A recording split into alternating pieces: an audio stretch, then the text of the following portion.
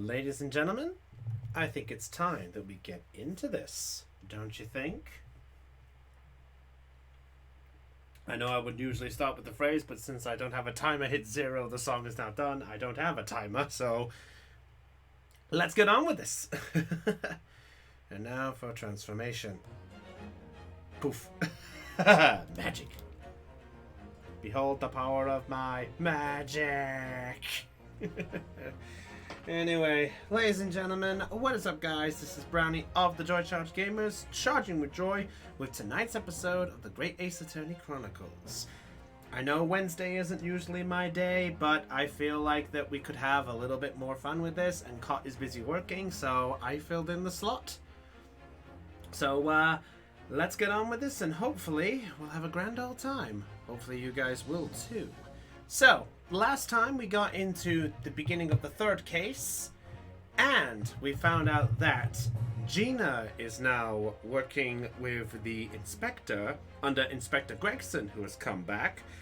Naruhodo has now got his chance to get back into court, and Sykes has himself a new ally under his side.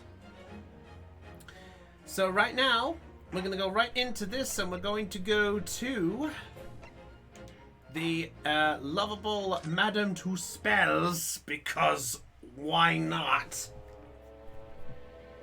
And I am really curious by that, but I'll admit that has me curious there too. But I think we should get Sholmes out the way first. Actually, did I talk to the ladder? Yes, I step laddered. It's the great detective, Mr. I love how he just looked at us like, hello. Sholmes has his own wax statue in here? Really? Oh. Well, he is world famous after all. It is an uncanny resemblance, isn't it? Makes my skin crawl to look at it. I know. But Bruno, you can kick this Hurley and he doesn't move a muscle. Oh. No, it's not the actual him. Oh, it was the actual him. It just moved, I'm sure. And not just a little bit either. And it blinked. Look closely. There are beads of sweat on the face of this waxwork. I'm sensing a jump scare.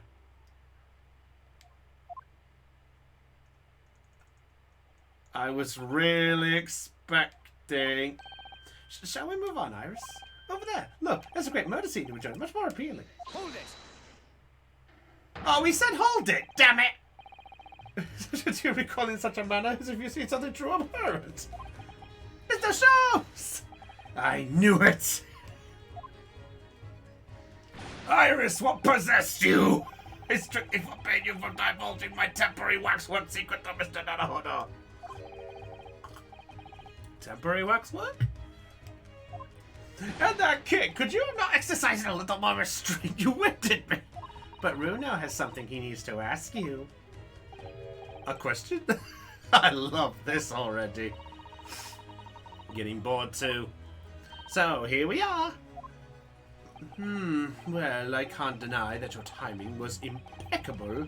Mere 2 minutes more being stationed like that, and my great brain upon which all my success has been built would have turned to wax. Oh no, our hero. Thank goodness we arrived in time. Indeed, in many ways, the pair of you just saved the world from an unimaginable loss. In what way? To the detective world or to humor?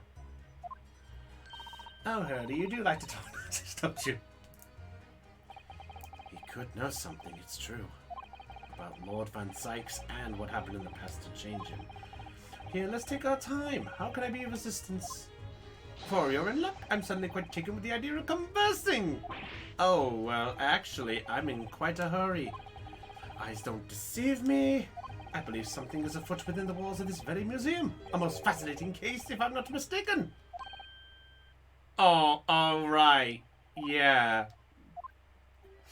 I have a strong suspicion that it is related to the matter about which you've come to me now. But how could it be? Speak again presently, my dear fellow, but for now I must return to my work. Back to being a temporary waxwork exhibit. That's actually pretty good, not gonna lie. Alright, come on. So, what is this place? Oh, he's being a statue indeed, and he broke. Madame Tuspels came to London from France 3 years ago, I understand. Since she opened this little waxworks museum last year, it's enjoyed great popularity in London. Yeah, for those who have not been, if you ever get the chance, do visit Madame Tussauds, because it is spooky. I mean, I haven't been there myself, but from the amount of things you see there, it's really spooky. I suppose there's something else. I mean, they aren't made from actual real people, are they? Extreme realism of these waxwork models is a particular secret to the Tuspels family, they say. Oh yeah! Renowned during the French Revolution for waxworks of victims for the guillotine. Oh, that sounds grim. The gruesome scenes were portrayed with such realism in the expressions of the faces of the condemned. Apparently, the sculptors would make the models directly from the corpses right there.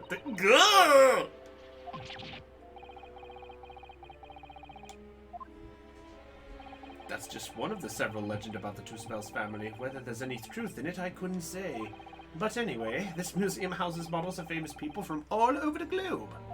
Nevertheless, the most popular area of the museum by some quite margin is this House of Horrors. House of Horrors? Oh no. Visitor numbers are dwindling now as a result of the Great Exhibition, but people usually flock here to see the exhibits of some of London's most vile criminals of their gruesome work. Naturally, most of the iscrits portrayed here were sent to the gallows, so they're even stiffer models of them. Oh no!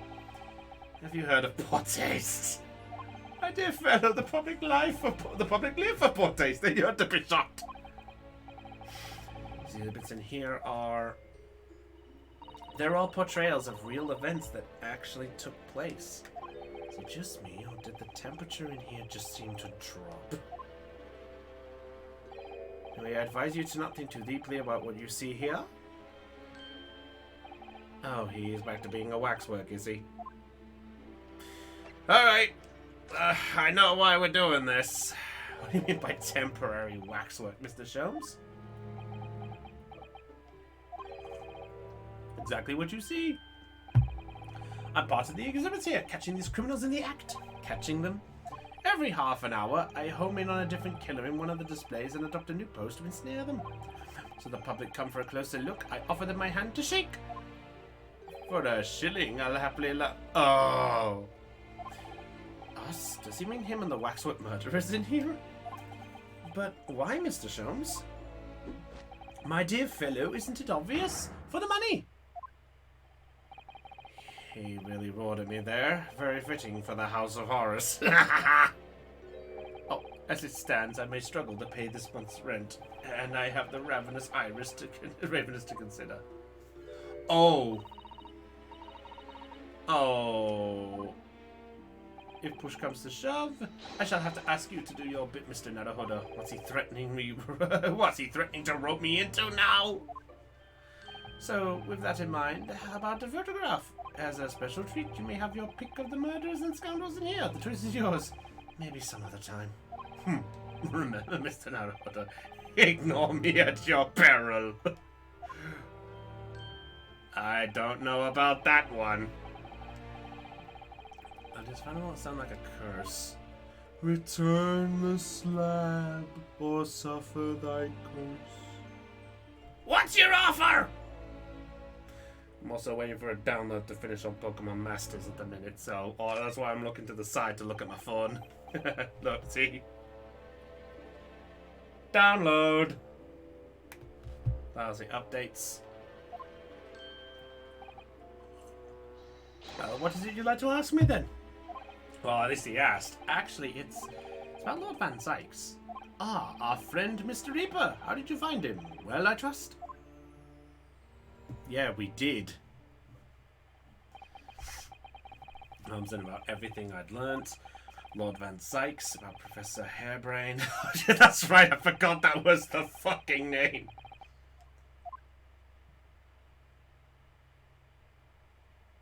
Oh! Does it happen to make Lord Van Zyke such a different person? I was sure that you know Hurley. He's not even smiling. And that you believed it was related to what I wanted to ask you about.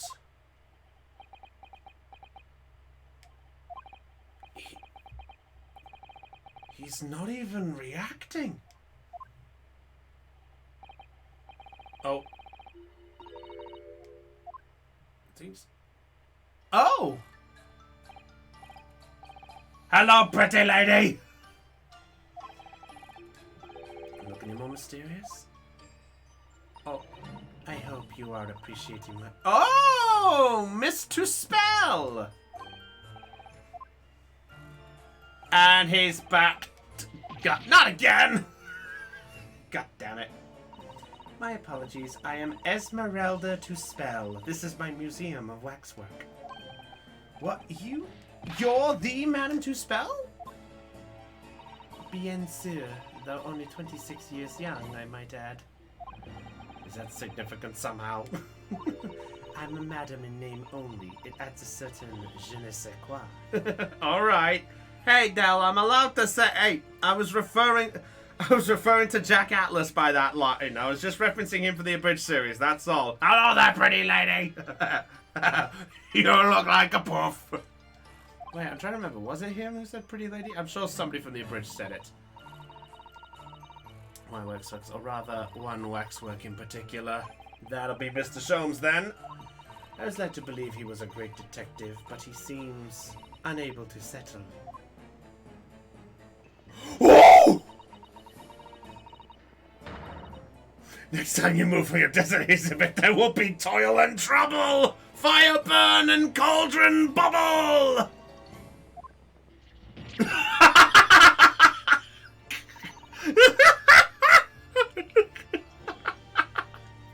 I love this fuck. Why is it the third case is so humorous? This is so fucking great. I said before about something being before. Hey, man. That's a good point, Iris. Haven't we got enough on our plate already? Okay, it's the waxworks, the detective waxwork, and something's afoot. Well, I suppose I should do the honorable thing. Oh, yes, what is that? I remarked on it to myself immediately. I've been very curious since. Defense lawyer in the Empire of Japan. Oh, quel dommage.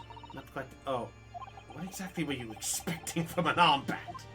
Well, I mean, we showed her it, so it makes sense. Alright, let's talk to the lovely lady. I did. I am the third generation of waxworks artisans, you know. Gosh! My grandmother, who began the tradition in the family, her fortunes were checkered living through the turbulent times of the French Revolution as she did. Though that is when she acquired the savoir-faire that leads is on his life. All these waxworks really do look like they're alive. It's like they'll come out and shake your hand.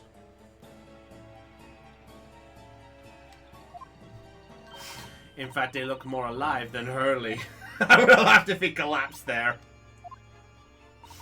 What you see exhibited here represents the most atrocious of London's criminal past. All the waxworks were created in the presence of the real people on which they are modeled.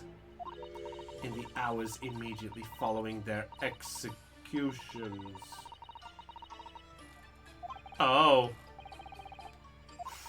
All walks of life have similar challenges, I'm sure. To carry out one's trade par excellence, one must go to extraordinary lengths. My exhibits are a reflection of society. I create only to which the public wishes to see. Ugh, why couldn't the public have wished for something less horrifying, like a kitten? Do not fear. Sorry? This room is the only one in the museum with such a macabre theme. Macabre! I'm now half expecting a strong sad to pop up. We face the macabre. Macabre. So give me a minute. Just let me get my daily stuff on this game quickly. Just sort it out.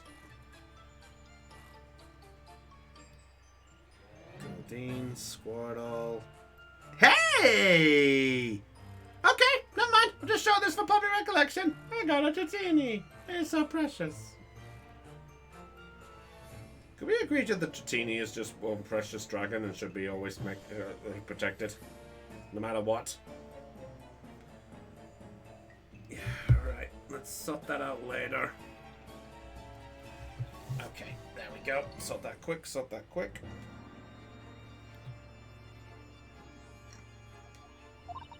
The models of famous singers, actors, politicians. Every taste, I hope. Was Iris who dragged me straight in here, come to think of it. Sorry, perhaps I should have eased you into things. Well, at least Iris is honest!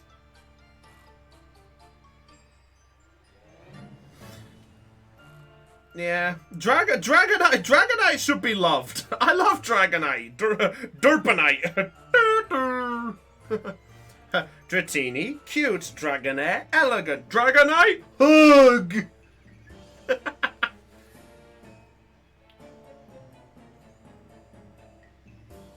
me just quickly deal with this.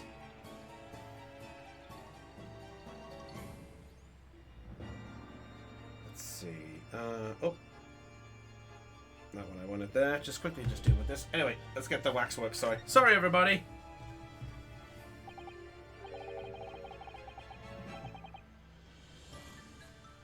Go. Yeah, I loved it. It's that. Ah, my. Woohoo! Grab some of that. He approached me some days ago, you see, with a business proposal. Oh, what sort of proposal? My dear madam, what these sparse exhibits need is the addition of a world-famous great detective. Or words to that effect. Ha! Actually, I'm well aware that Mr. Sholmes is widely known in London as a talented detective. It's a great detective, actually. He's very specific about it. Oh, Stuffle is. Yes, the creme de la creme, so I was keen to come to some arrangement with him, of course. But sadly, we were unable to agree terms. Wait, what? I'll deal with you later, Erica. Give me a minute.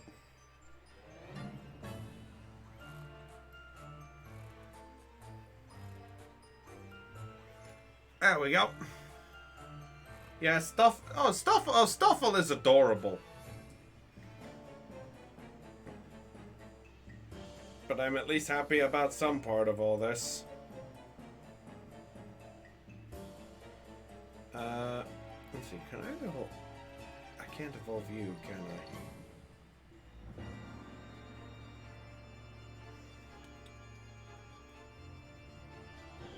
Yeah, I mean, the Derpanite. There's a Derpanite. He looks derp.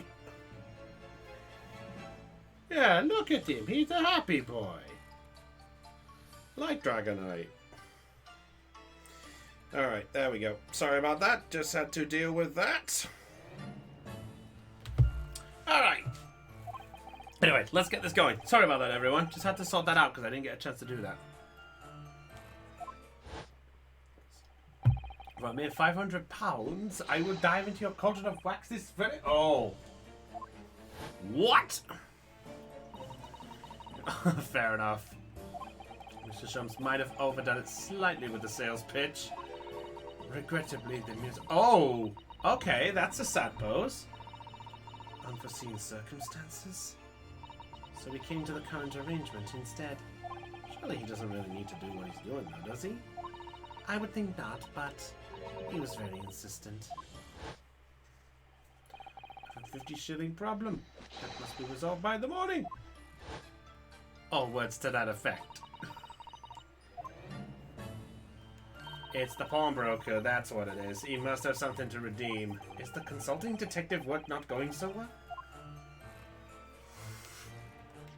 Alright, well, let's have a little look. Do we have some info on our lovable little girl? Oh, we do. Oh, she suddenly... Oh, she does have green. Okay, yeah. Okay. Lighting. Ugh. Could I ask you something? Bien sûr. I'm just curious. Is anything going on in the museum at the moment? Some kind of incident, perhaps?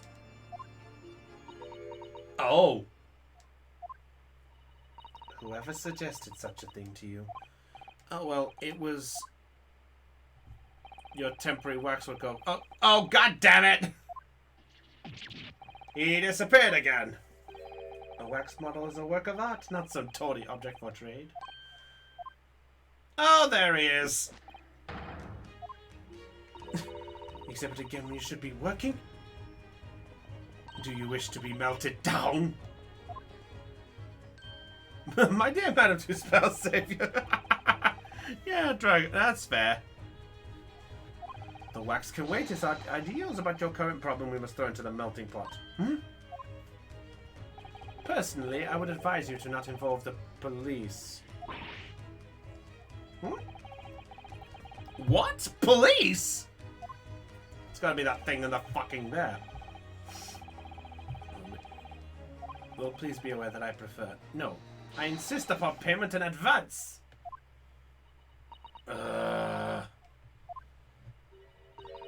Very well. Let us see if the great detective is able to live up to his name, shall we? Wait, what? Verify something. What, pray, is behind the curtain? That is the True Spell Special Exhibit. There is an extra charge to see it. Ah, the special exhibit in the house. Yeah, true. Must depict a special killer, then, I presume. Would you be so kind as to draw back the curtain, I wonder? Absolument! Absolument no! Think I'm... Oh! Then explain the hand! Curtain. I strongly encourage you to allow me to see what lies beyond before the situation worsens. What is going on? Only a subcon. That's a preview.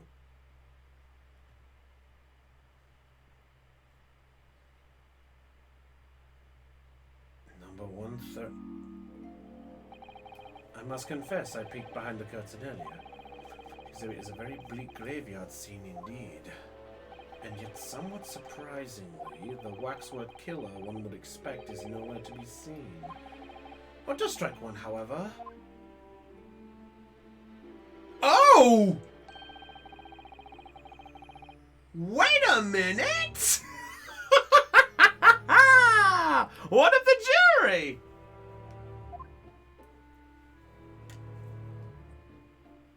That's one of the jury! Is the ruthless killer himself? I'm afraid not, my dear fellow. He's a perfectly ordinary London gentleman, not even a waxwork, in fact. So he's the actual one. Are real humans. So allow me to present my two conclusions. The first is that a sizable business transaction has been taking place in this special exhibit. Oh! She reacted. And the second is that our aforementioned transaction is linked to a serious crime. As pale as candle wax. I don't understand. So, Madame Two-Spells, as you've agreed to my fee, you shall now have the pleasure of seeing this famously great detective and temporary exhibit at work. Here we go again! Let's rock! Waxwork's fate. To begin with, we must ask ourselves what exactly is afoot here in the museum. The answer is revealed by the bundle of banknotes protruding so helpfully from your bag. In my estimation, some £200? That is all my own money. So what does this large sum of money reveal? Oh! Ah, not as much as the involuntary glance you cast, it would seem, Madame Truspel. Yes, the answer lies where your eyes now fall. The significance of the £200 is revealed by that public notice. No.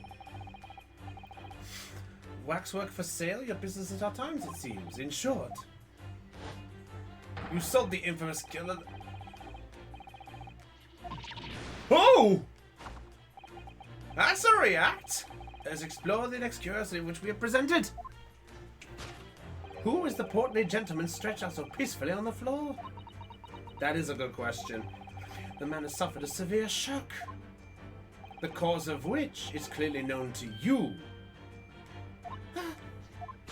Unfortunately, madam, keeping secrets does not appear to be your forte. What dealt the man such a shocking blow was, of course, the £200. No. Twist this gentleman around your little finger most effectively. What are you suggesting? Oh, god damn it. I took a sum of £200. Only when he came to hand the money over did it occur to him what the extortionate amount of what he was paying was no longer in his hands. And the result? The scene we see before us. He collapsed in shock. Yes, the killer is in the special... So in short, he died of... he got shocked?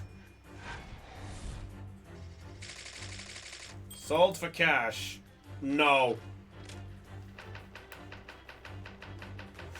Waxworks location. The question that arises then is what has become of the waxworks that changed hands? Let us consider that problem for a moment. You cannot possibly... What immediately strikes me about this conundrum is the young man standing over there. Who is this fellow? To find the answer, we need only observe his neckerchief. By policemen as a secret sign to fellow members of the police so the crime is being perpetrated.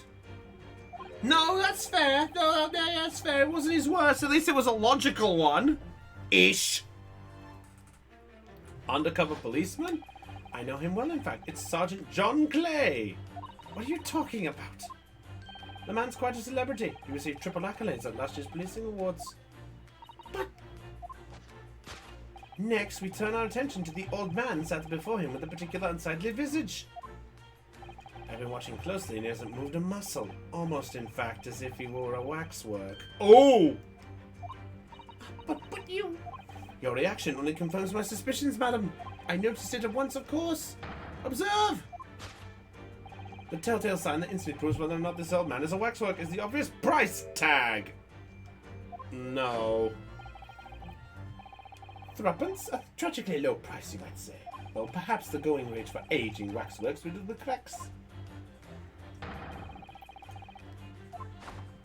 The sort of plucky behaviour that's sure to attract the attention of Scotland Yard. Isn't that so, madam? I do not.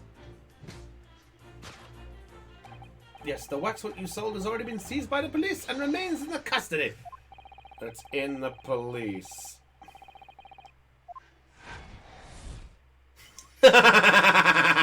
Fair enough, Aeon. Thus concludes Airlock Jones's great deduction of this horrifying puzzle. Well, we know what we gotta do. Fix the holes. Alright. Alright, you guys get the bridge. I'll get the support beams. We're gonna fix this hole. Oh shit. I see I stunned you all into silence. You have, Hurley, you have. And you've obviously upset this young lady in the process. Her culture looks awfully hot. I just wonder how she's holding it without gloves. If I could just bring up one point, Mr. Sholmes. Ah, the notorious Naruhodo 1 point. Yes, my dear fellow. According to your deduction, then, the special exhibit features this old policeman. So, that would mean that he's the particular ruthless murderer, wouldn't it? The killer policeman? Ottomo. Ottomo. Mysterious series of murders that rattled the capital only last year. The police rushed to the scene every time, only to find the culprit had disappeared into the aether. And it turned out the culprit was a policeman himself, a senior officer by the name of Aramo. This is supposed to be. Indeed, it is a particularly grim face, is it not? Unforgettable, in fact. Yes, I remember that odious countenance only too well. Yeah, no shit, Ella. Oh, you have not seen the video. There is a video that says about that. And that's the encourages that puts it in perspective. So it is quite a lot then. Is there anything else you wish to add before I melt you down? That bubbling wax is looking more and more ominous. Ugh, the smell of all that molten wax is starting to worry me. More or less, just accuse her to her face. So, I think I might have to call on your assistance here, Iris, if that's alright. To make some minor corrections to the great detective's great deductions. Of course it's alright. We'll soon set things straight. Well, let's get started then, shall we? Madame through spells vents her anger. Just what I was waiting to hear, my dear fellow. So, Madame to spell, in accordance with our agreement, you shall now. Oh, here we go again. Here we go again. Rocket! Showtime! Alright, let's see if we can figure it out. So, Cells, what exactly is afoot here in this museum? The answer is revealed by the bundle of banknotes battalion so helpfully from your bag. In my estimation, some £200. That is all my own money! So what does this large sum of money reveal? So that gaze at it. Into a twinning glance you cast it would seem, Madame to spell. So lies with your eyes now fall. The significance of the £200 is revealed by the public notice. No. But in the direction it's true.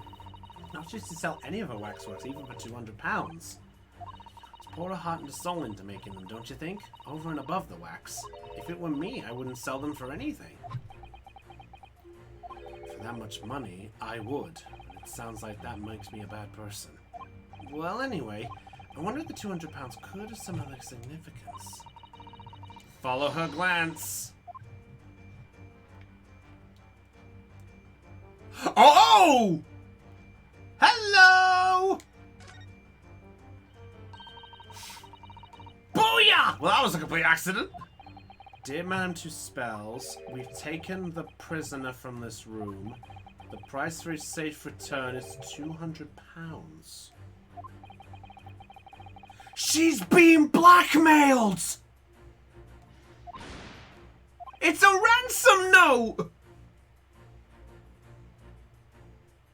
It's a ransom note! She was gonna go pay the ransom!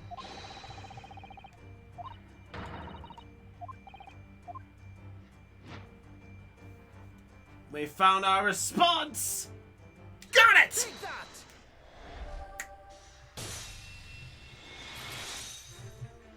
Nope! The significance of the £200 is revealed by that ransom note. Quite so, and we must congratulate these criminals on their inventiveness, abducting a waxwork. Ah! £200 is no small ransom fee, yet you clearly intend to pay it. The model in question has special importance. Probably. I mean, I am. In summary then, the £200 you have in your handbag is ransom money. Now, let us explore the next curiosity from which you are presented. Who is this portly gentleman stretched so peacefully on the floor? Yeah, that's a question. Here that man has suffered a severe shock, the cause of which is clearly known to you. So this is where we thought the money kept in. Nope. Nope, that's not it now. Was kidnapped. Where does that leave us in terms of who this man is? Ask him when he comes around. I think the point of this exercise is to understand the beauty of the deduction process, Iris. Yes, you're right. Hurley's trying so hard. We mustn't let him down. Well, there's little doubt, though, that he suffered a shock. That much seems clear. But in that case, what's Man Two Spells trying to hide? A closer look around.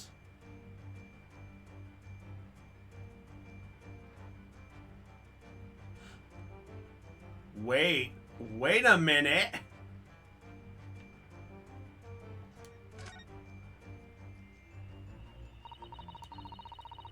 Oh. Oh, but wait a minute. Oh, that's right! It's a wrong hand! It's really hard. You mean... It's a wax hand!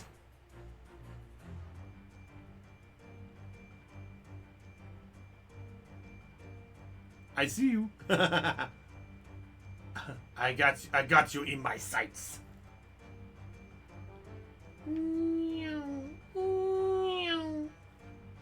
This has me curious, though. This bit here. Yeah, look! Look! There's her hand. There's her hand. It's this! Take that! Booyah! What dealt the man such a shocking blow was the waxwork hand. Indeed, with a sword waxwork limb, one could deliver a faithful substantive blow. How could you... The hand protruding from the bottom of your cape. It ought to be a right hand, but look closely, Inspector, reveals this is a left hand. Ah. Oh, I like that pose. That's almost like a book. Yeah, having too much fun? Yes, I am. Also, look at this. I like that. This is like a book cover. This is like a book cover. The words, it does not belong to you, madam. It's the hand of a waxwork model. Yeah.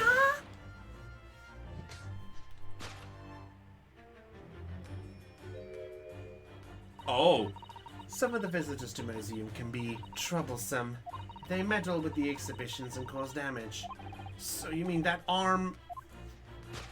Yes, this gentleman saw fit to try to remove it as a souvenir. No small keepsake. Like taking a whole branch of a cherry tree when you go to view the blossoms. Afraid I have to teach that man a lesson. So you confronted the man and tried to take the arm back. And the result! The scene we see before us. He was knocked unconscious. To revisit later, but for the time being, we have our conclusion. Yes, the killer in this special exhibit has been kidnapped.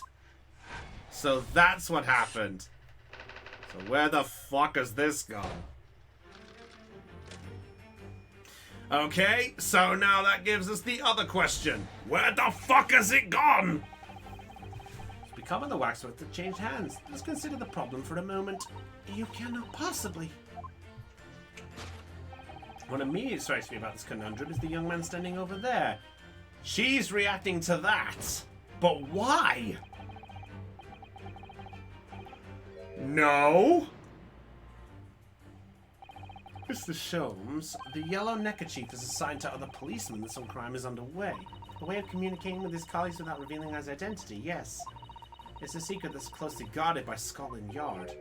Damn, Mr. Sholmes didn't hesitate to give away. Well, uncovering secrets is any true detective's nature. Anyway, judging from Madame Two Spell's reaction to Mr. Sholmes' deduction, he might not have identified the man quite correctly.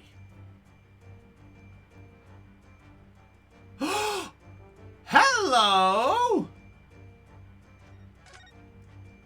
So it's his arm! This isn't a real person at all. His entire arm's been ripped off, so the arm is from this guy! Take that!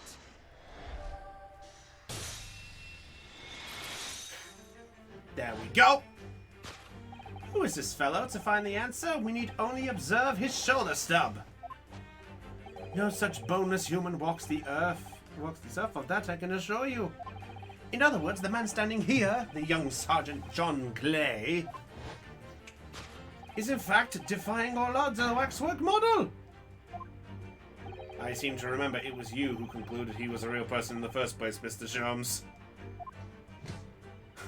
He has become quite a celebrity in London, being the winner of no less than 3 policing awards.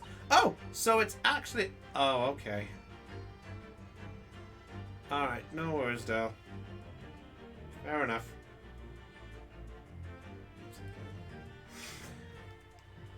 I simply had to make a model of the man.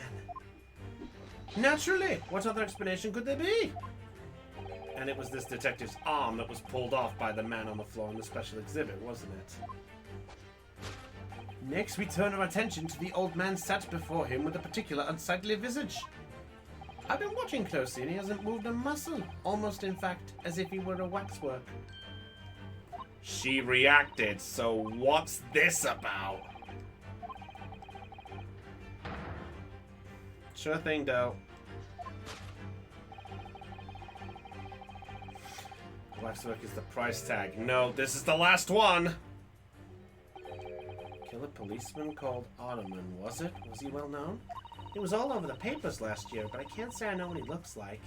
It's a very low price, though. Threepence isn't much money. No, that's gotta be for the scarf. Comparative delightful lodgings, in fact. Special killer taken from the special exhibit, is it? Somebody stole from the museum and tried to raise it. You'll kill a police ottoman? Really? Perhaps we should have a good look around again, see if another idea crops up.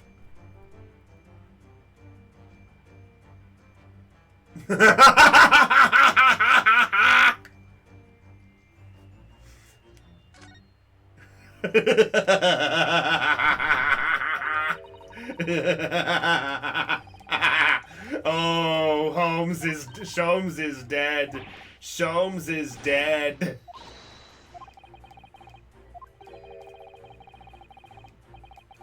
Wait. Oh, scarf on the arm. Secret sign that a criminal's underway. Must be a detective disguised as a policeman. Or a detective disguised as a waxwork model of a policeman. To think of something like that, though. Perhaps you should try be a little more polite about him, Iris. The obvious price tag. No, it's gotta be the scarf. Got it! No! Not the scarf? Okay, so it's gotta be the Twitch. Okay. I thought it was gonna be as silly enough as the scarf. Mr. Naruhodo, pray, what part of this man's outfit would you call plain clothes?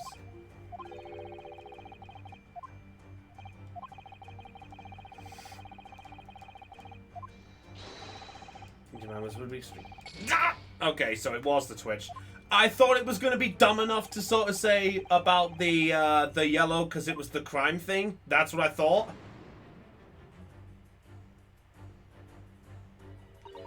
Put a little bit of molten wax on him. We'd soon find out if he was real or not. Yes, you never know. There may be another way. We've already come this far. Yeah, so it is the Twitch. Fair enough. If the way you want to do it, then we should examine him in more detail. If anyone saw, they'd think we were obsessed with the elderly. Take that! The Twitch? There we go! So it was the Twitch! Yeah, it's a twitchy Twitch on Twitch. Sign this instantly proves whether or not this old man is a waxwork is the obvious Twitch! Realistic waxworks do not exhibit a Twitch. In other words, this splendid old man is in fact a genuine member of Scotland Yard. Slight shift in your choice of adjectives, then.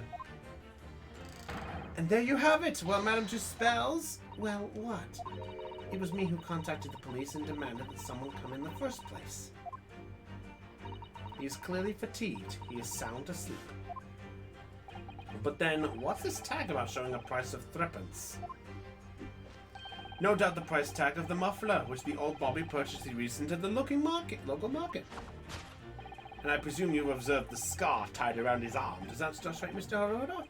The secret sign. Of course. Because as you know, there has been just such criminal activity happening here. The thing being taken. From the very beginning, Detective. So it would seem that we finally arrive at the truth.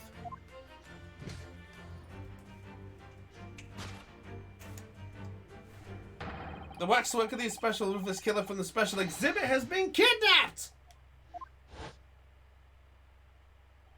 And Scotland Yard are already investigating. But the model's whereabouts remain a mystery. Thus concludes Airlock Sherm's great deduction, this horrifying puzzle.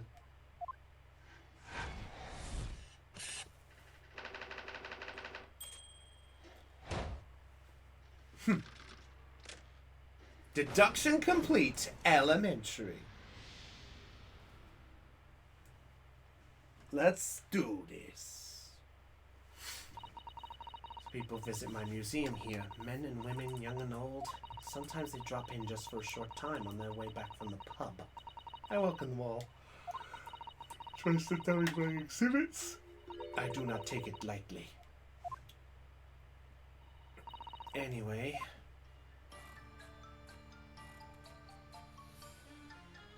Huh. Your great deduction was even more enchanting than I had been led to believe. It was a pleasure, my dear madam. I'm gratified that you enjoyed the spectacle. We helped! Rough customer, I've no doubt he'll regain consciousness shortly and return home. What concerns me more is the waxwork from the special display, if it was indeed genuinely abducted.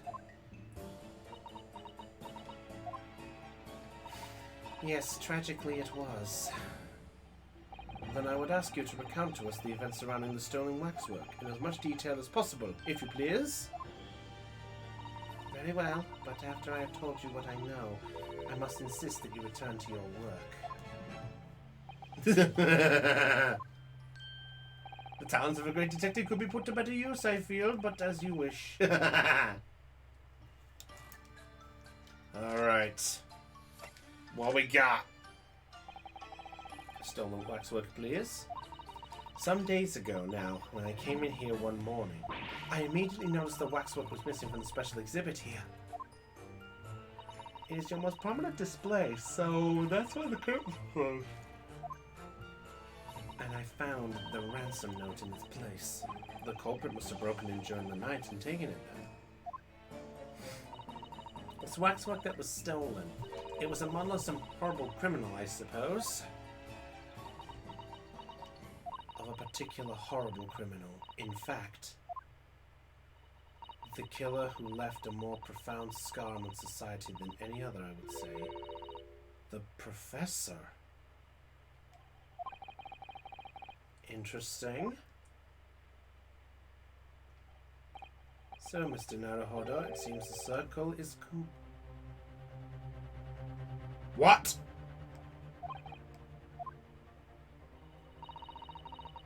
Professor case happened around the time I was born, didn't it? Indeed it did, Iris. 10 years ago, a series of murders that rocked the capital. 10 years ago? At exactly the time that Barak van Zyk's grudge...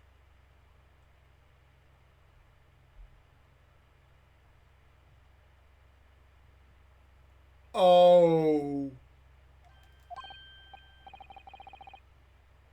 Are you telling me the Professor is related to this?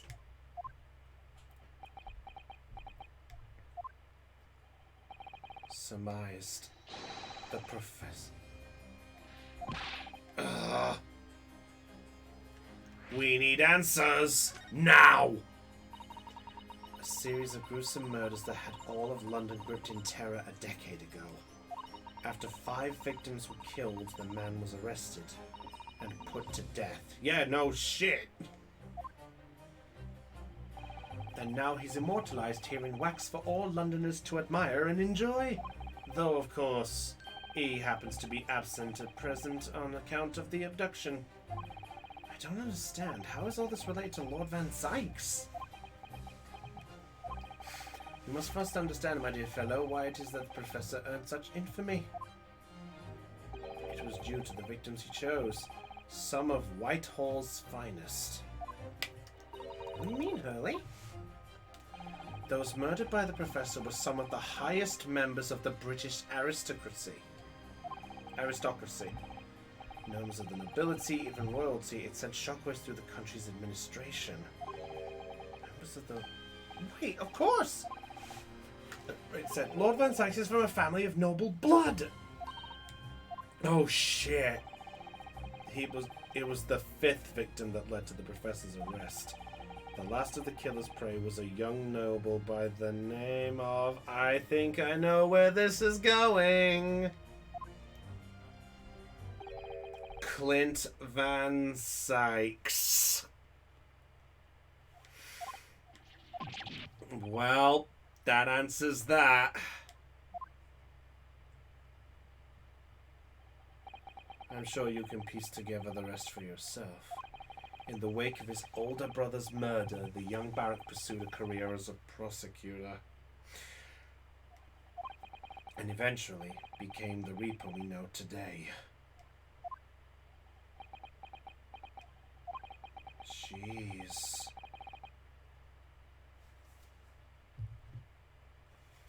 Cheers, Barrack. I have no...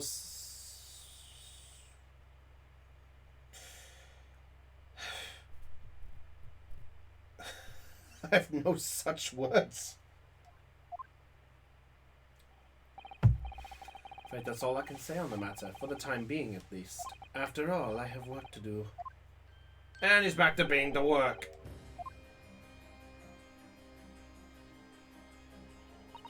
I'm afraid I shall have to excuse myself as well. Oh yes, of course. It's been a pleasure. Thank you. She seems so sweet and innocent. Where the fuck is this going? But it just knows I've been involved just you coming to visit me here.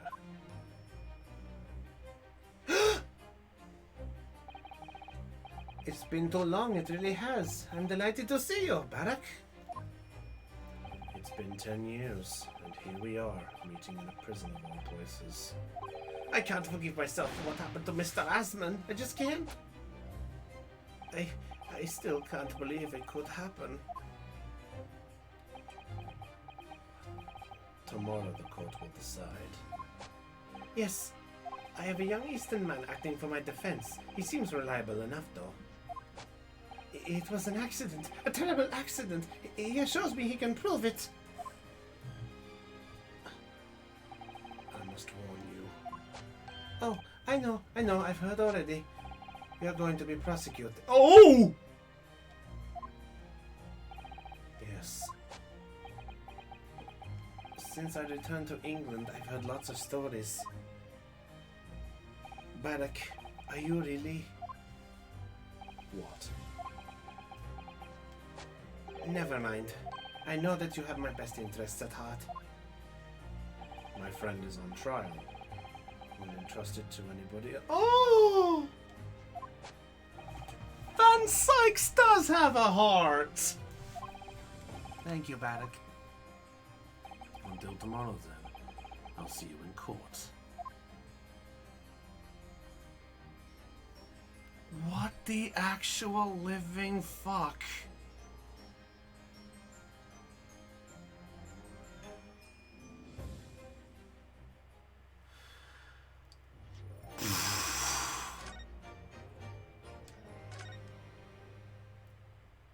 I think we can agree that this game is already destroying the third case syndrome, where the third case of each game is a terrible mistake. Not this one. This one's incredible. I love this one already. The Old Bailey Defendant's Antechamber. Well, I mean, I can't say it's something different. I think once I was deferred to work in court, and now here I am, back at the Old Bailey. It's truly me. Ah, Mr. Naruhodo. At least get my name right. Good morning, Professor Hairbrain.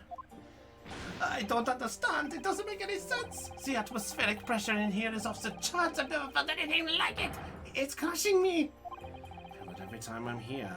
That gravity. Well, this is Britain's highest court. But are you telling me it's fitted with some kind of device that can actually control air pressure? No. I think it's probably all in the mind. Ah, yes, well, you won't let me down, will you, Mr. Naruhodo? I'm counting on you in today's trial to save my life! To save the secret of my super high voltage instantaneous kinesis machine from being made public! Yes, I understand. I know what I have to do. The explosion 2 days ago was nothing more than an unfortunate accident. Well, I'm sure there's nothing to worry about, really. Justice will prevail. My charisma mentions Mr. Howard. He's here, huh? Oh, hello, Sholmes. That was very mean, Bruno, leaving me. Oh. My God. Is it? Are you? Airlock Sholmes? Oh no. Indeed, sir. I am here. Airlock Sholmes. Oh, I've heard all about your exploits, even whilst living in Germany. Ah, yes. Rand's magazine is on sale in Germany too. Oh. So they must sublime. Your deduction in the Adventure of Silver Blaze was wonderful. Ah, yes. A memorable case indeed. It concerned a snake, I seem to recall. No, that was the speckled bad. Well, thank you for coming. I do appreciate your support. I'm sorry to Oh, you can't stay. Urgent business at Madame Truspel's. You mean your waxwork job? No, the waxwork abduction, of course. Madame has engaged my services. Okay, so he's being put on the case. Okay, fair enough. This week's wages depend on it, as does the safe return of the waxwork, naturally. As such, I intend to give my undivided attention. Oh, well, never mind then. I understand. Of course, with my skills of observation and reasoning, resolving the matter will be as easy as a proverbial pie. I shall return forthwith. For until I solve the case, I shall have no money to afford a pie of any description. Oh, then you must absolutely give it your full attention, Hurley. Quite, Iris, quite, but life is riddled with irony, you know. Whenever I give something my full attention, I have a quite insatiable desire for a pie. Maybe it's just intractable mysteries, you might say.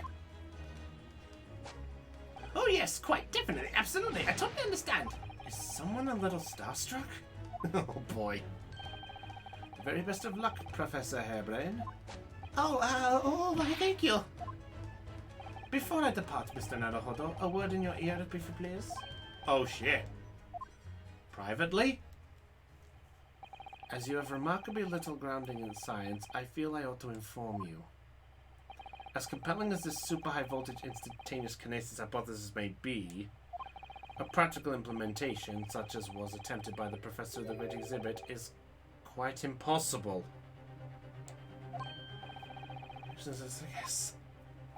Yes, it would appear that he fervently believed it was. I've read Professor Bunnybrain's paper about it too, and I have to say, I'm sure it can't be done. It could barely be done theoretically, let alone practically. So he's barking up the wrong tree. How could an experiment have no possibility of succeeding? In fact, succeed. That's contradictory. And it's that contradiction that will be the heart of this trial, I have no doubt. Oh no, I can see where this is going. This is going to turn into a murder case. A proper murder case. I must hurry along. I wish you the best of luck, my dear fellow. And Iris is with us on the desk.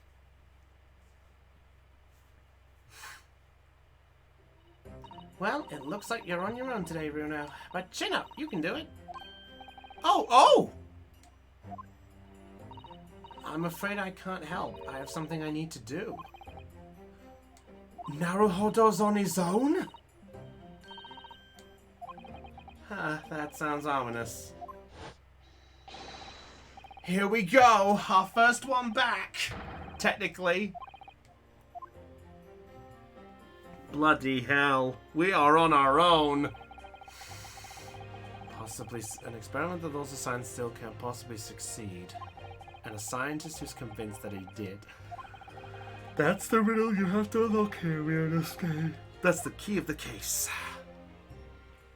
Is anyone even watching?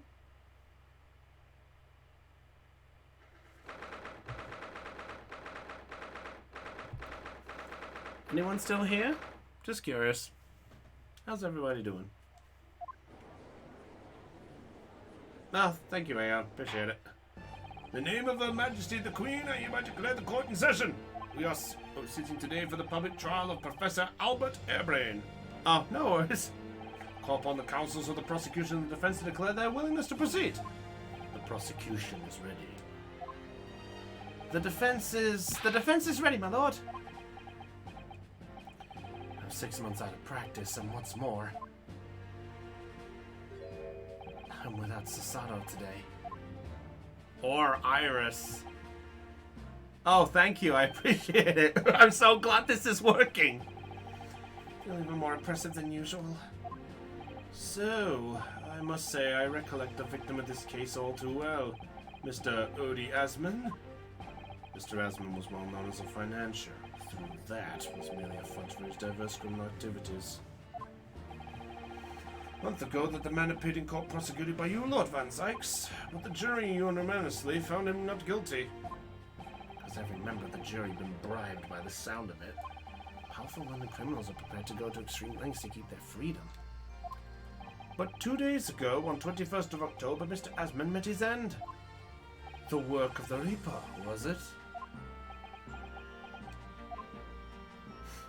Oh, no worries, Red. That's how your lordship would describe divine retribution. But the fact remains that Mr. Asman's death was a direct result of the actions of the accused, Professor. Very well then. Oh, now, ladies and gentlemen of the jury. Oh, here we go. I didn't get a proper look of this. Is anyone actually? Are they all new? Your succession duty. Oh my God! We actually have new duty. A new one as well? And oh gosh, oh god, it sends shivers down my spine. Since it decided to spread magic, conjuring tricks, courtroom trials, all or nothing, then performances. Oh, we have a magician. Oh lord. Oh, we got a little girl. We have a little girl. And he's eating like fucking one of those cartoon characters. With the little thing! Listen!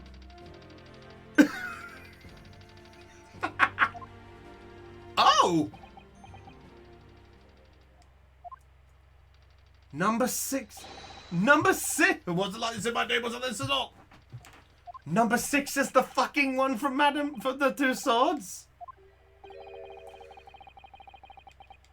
Again. And he's exhausted as ever, it seems. Well, here we go again. Here to judge today tragically took place at the Great Exhibition shortly after its opening. Though the death toll could have been far worse, with the exception of the victim, no one was killed. Nevertheless, the dream of the science being exhibited rapidly turned into a nightmare for the spectators. A tragic turn of events, and as such the eyes of all London, no, of the whole world will be on this trial. Duty to reach a swift and just conclusion, I feel. Oh, great. So I feel like now with everyone here, is you're not watching and I'm in the... That means I've turned into an audio book. It's all right. The heart of this incident is technology never before demonstrated anywhere in the world. As the latest developments, I take it. The government is being keen to keep our eyes on the government is keen to capitalize on the Great Exhibition to bring Great Britain there. That technological advantage. The technology being demonstrated by the accused was described as super high voltage instantaneous kinesis. Good lord! It's designed to disassemble human subjects using extremely high voltage electricity and beam them instantly to another location where they are subsequently reassembled. Is such a thing even within the realms of possibility? Well, I don't believe it, that's for sure. Disassembling people with electricity? My goodness, how shocking! Ha! The whole idea is absurd. The hypothesis would never stand up to scrutiny. Sir, I believe you are a fellow of the Royal Society. Oh, yep. I am, and my word on the matter can be considered final. Instantaneous kenosis is poppycock!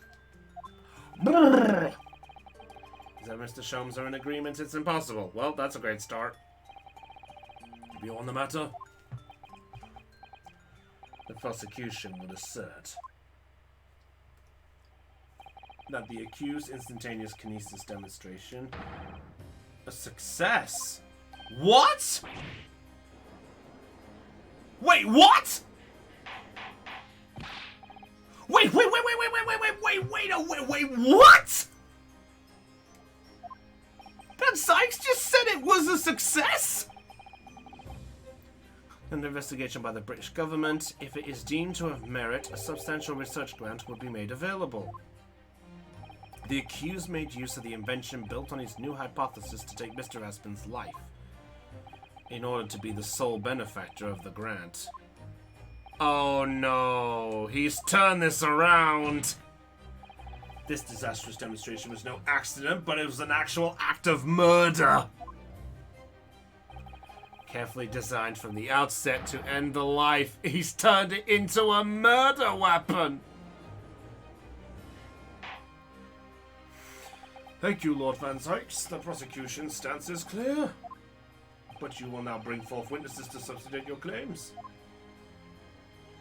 Gladly, my lord.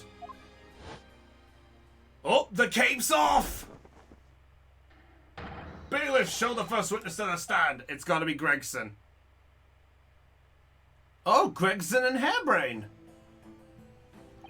Witnesses, state your names and occupations for the court.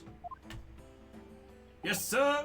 Tobias Gregson, Detective Inspector at Scotland Yard's Homicide Division. He was on duty on the demonstration on the day in question and in charge of the following investigation.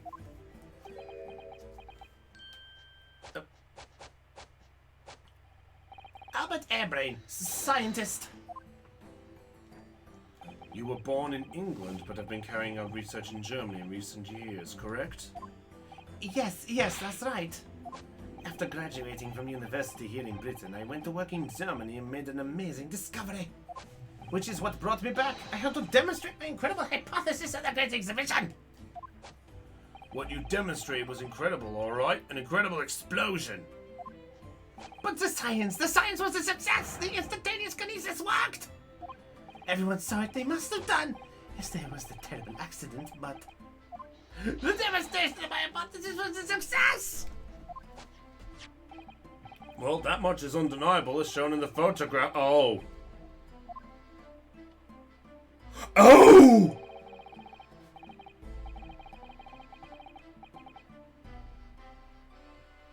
Blood! Blood!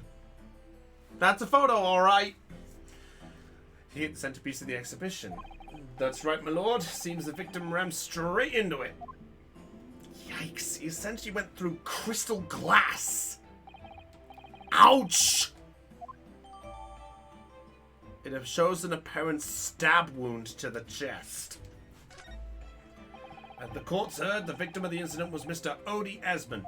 There have been a number of allegations made against the man, but putting them aside for the time being, he was the man who financed this research for the experiment and the demonstration itself. I see. So to summarize the situation, the defendant is accused of taking the life of the man who funded his work. Would that be correct? Exactly. But couldn't it be that the explosion was caused by some malfunction in the apparatus used for the demonstration?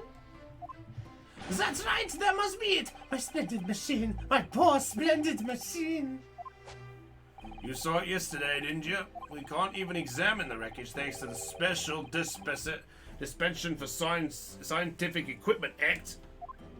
What? The wreckage! The wreckage! But that being the case, how can the facts be established? How could it possibly be determined whether this was an accident or deliberate or a malicious act? Extremely simple, my lord. I beg your pardon? Isn't that right, witness? What? Sorry, me? No, your neighbor. Yes, sir, it was murder, plain and simple. Anyone could state that with complete certainty. Shit. All right, give us the facts. Explain to the court on what grounds you claim the experiment was a murder. Here we go. First testimony. We're back. Let's do this. A front for murder. The corpse that went crashing through the crystal tower had a broken neck. I made a minor miscalculation in the angle of the beam protection. That's all. That was my mistake.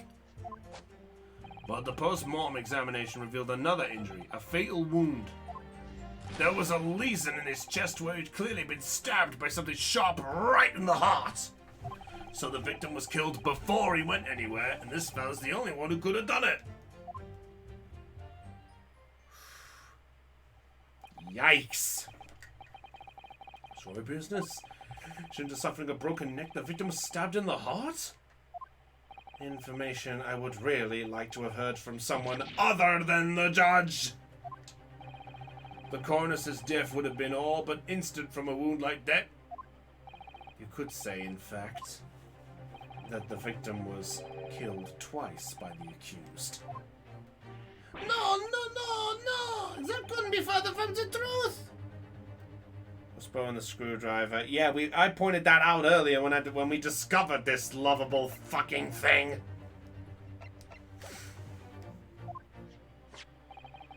Experiment plan document that was submitted to the security team. Oh, here we go. The victim stood himself inside something called the bird cage, ready to be beamed instantly. To the second level of the crystal tower, 25 yards away. Okay. Experiment did not go according to plan, however.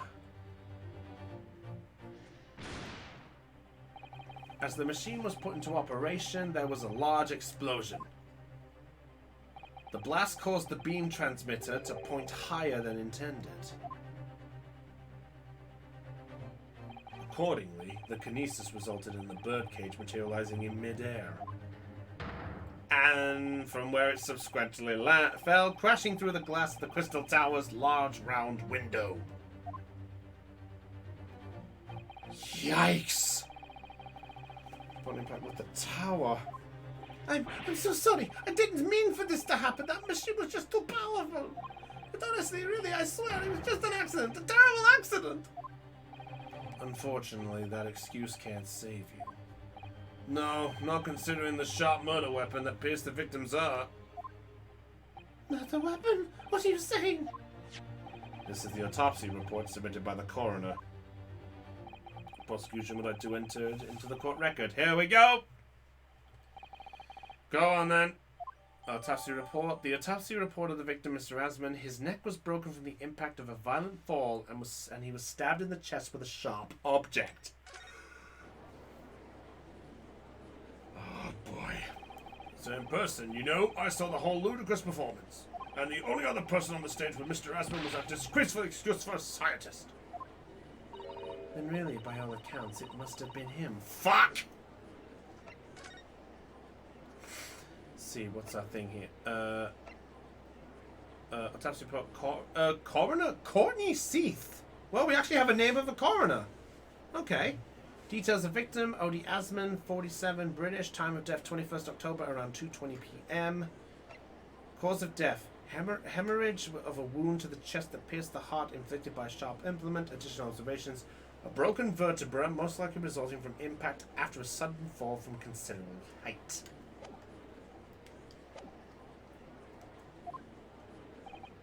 Hard to think otherwise, really. Shit. See with the cross-examination, please. You know, I generally thought he would have been happy to have us back. I thought, anyway. Alright, here we go. Alright, so let's do this. The corpse went crashing through the crystal tower to broken neck. Might as well get our info. Are you suggesting that this is because he fell from a considerable height? The bar's back! And what's that? For the fact that the instantaneous kinesis itself was a success. Ah! After the explosion, the cage with the fella inside suddenly appeared out of nowhere in midair. So although the experiment ended in disaster, the so-called instantaneous kinesis did actually occur. Remind us, Professor, what was the cause of the fatal disaster? I made a minor miscalculation in the angle of the beam projection. That's all. That was my mistake. Hold it. So the angle of projection is critical, is it? And you calculated it yourself personally? Absolutely. The calculation is far too complicated for anyone but me to carry out. Only you got it wrong, didn't you? Yes, that's right. That's the point. The calculation is so complicated even I can make a mistake. Do people fall for that brazen confidence? I should try it. I took into account the subject's height and weight and the wind direction, the ambient temperature.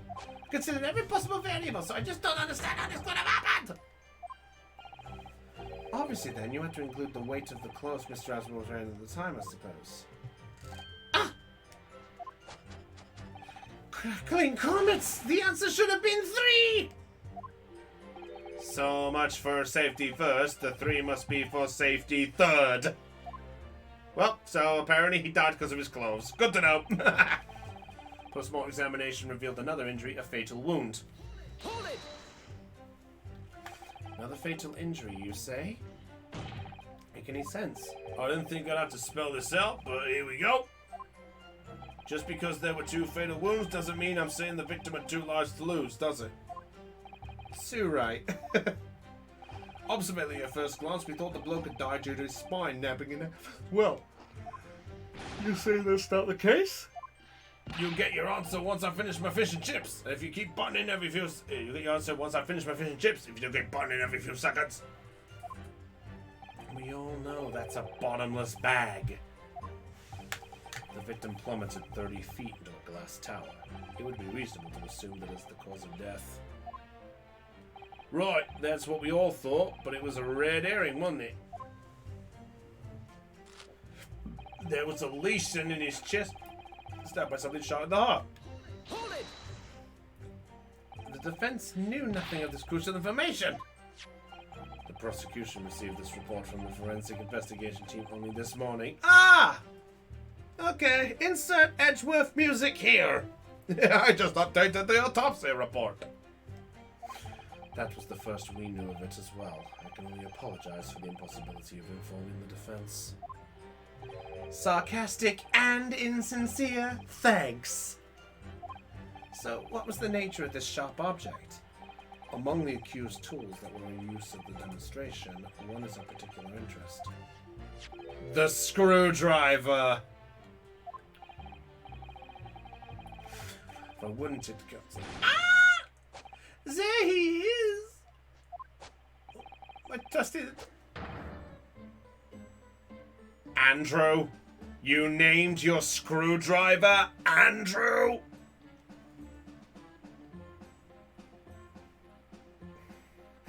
Give me a minute. I need to save this screenshot for just a little moment. Okay. Good to know. Andrew, of course. Oh.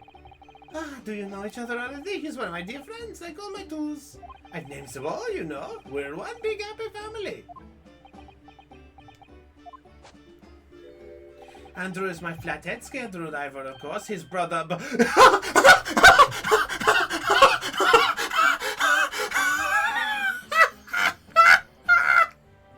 This is fucking ridiculous! This is ridiculous! This is ridiculous! Oh my god, no! I'm done! I am done! The reason I am laughing is is because my two brothers are called Andrew and Michael. I have two brothers called Andrew and Michael.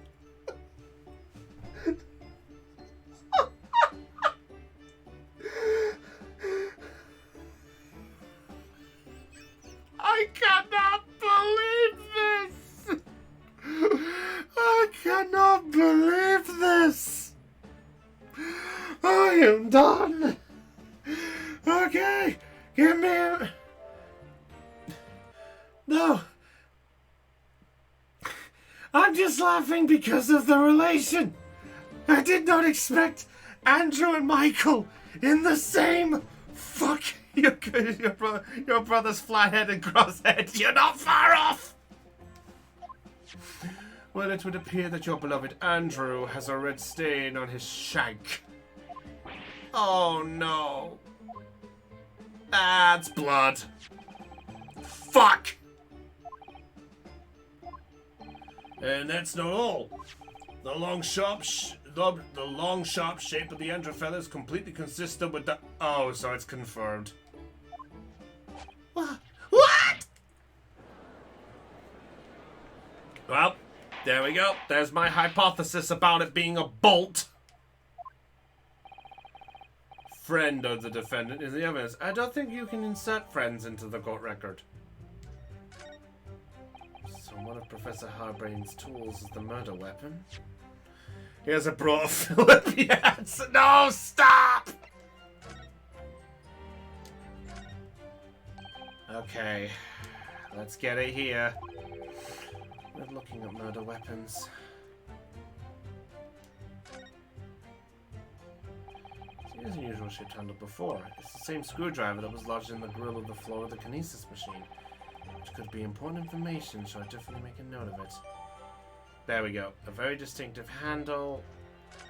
Oh, okay, that was our extra bit.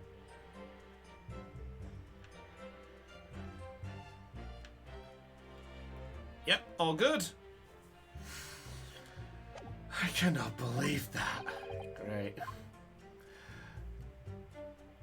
So the victim was killed before he went anywhere, and this fella's the only one who could have done it. Hold it! What else do you have for saying that? Oh, do you really need to ask? There were only two people on that public experimentation stage in front of the whole crowd. The victim, Mr. Odie Asman, and the accused, Professor Hairbrain. And we know for certain that before the experiment, the victim was alive. Yeah, the TV broadcast did it. Furthermore, following the explosion and kinesis, nobody went anywhere near the body. In other words, only someone on the stage with the victim... Great Scott! Oh! Excuse me! Excuse me. There's a statement. Over here? Professor! Sorry! I was just calculating the optimum coefficient of the electricity to separate molecules in the human body. And the witness stand is the best place for that. Seems as though you might have something to say about Inspector Gregson's last remark. Yes, that's right! Of course! He just said that nobody else could have done it, didn't he? Yeah, that's right. Who else could have stabbed the victim, eh? I don't know, but there's no way that I could possibly have stabbed Mr. Asman as you say. Yeah? Explain, please, Professor. Of course, this cold-hearted policeman may not be aware, I suppose, but humans are warm-blooded mammals with blood running constantly through their veins. I had heard. And surely, you see, if I'd plunged something the size of Andrew into the man's chest, the whole stage would have been a bloodbath, not a blood swimming pool. That's a fair enough point. Yet not one of them claims to have seen a swimming pool of blood. Well, no, I suppose not. You see, not one. True. I didn't see anything like that. The professor actually had a response.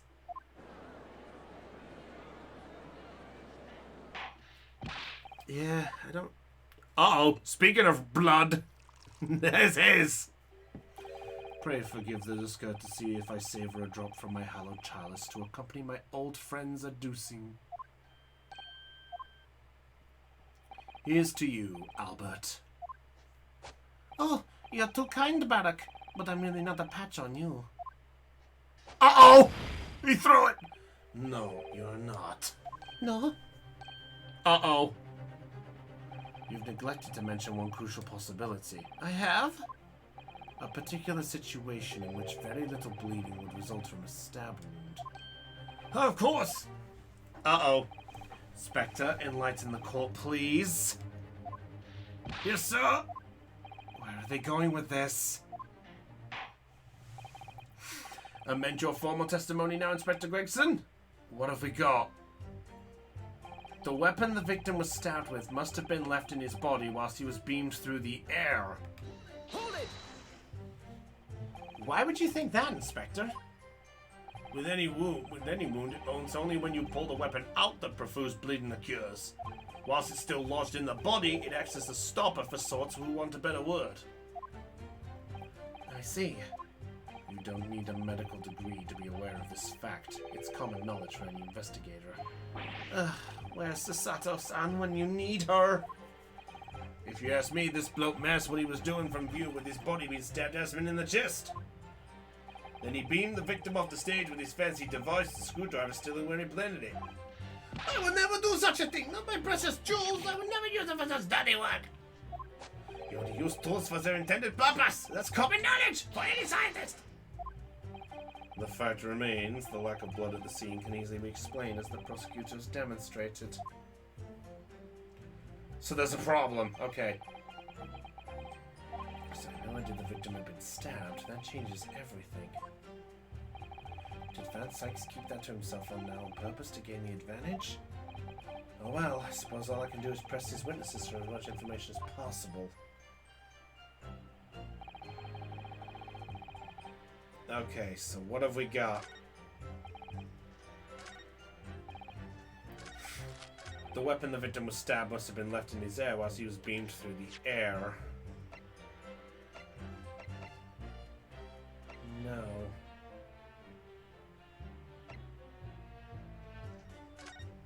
Let's see. Finish my shop.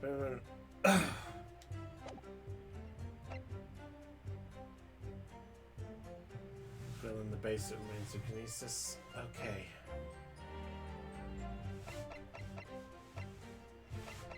This has to be it.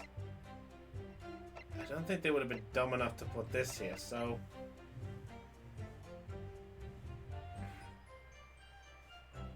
Oh wait, no! This was where it was! It was found in the machine, wasn't it?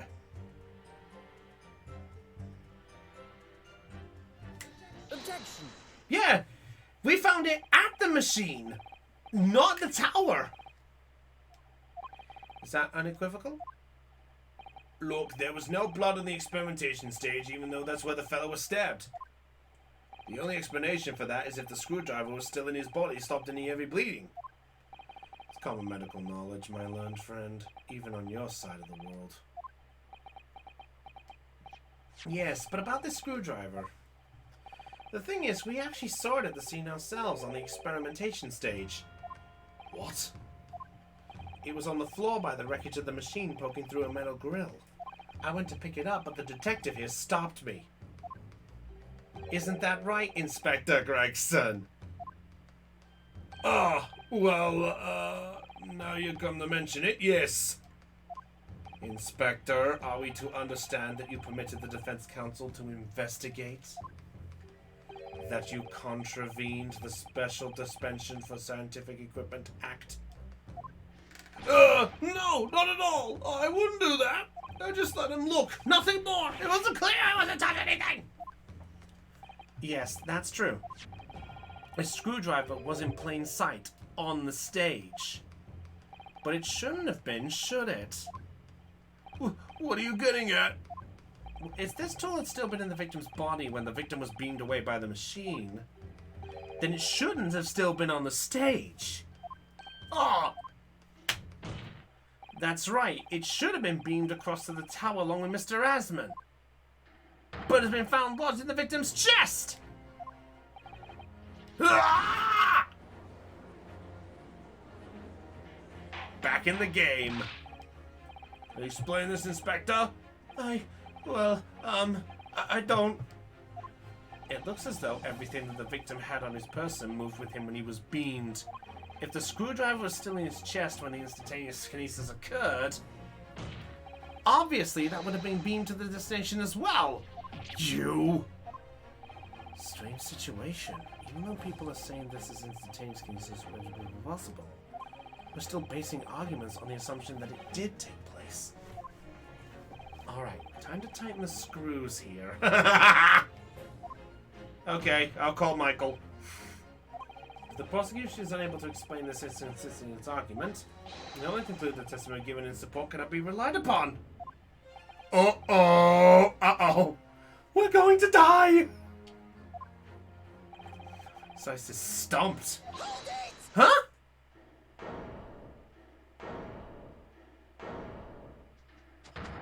Oh! Airbrain. That was Airbrain's one. Yes, I do it. It bears out. The equations hold. Mr. Naruhodo, don't worry! About what? But without delving into the details, there's no inconsistency. What? Even if Andrew had been nudging Mr. Asman's chest, my trusty tool wouldn't have moved. Andrew remaining on the stage is good. You idiot. You idiot!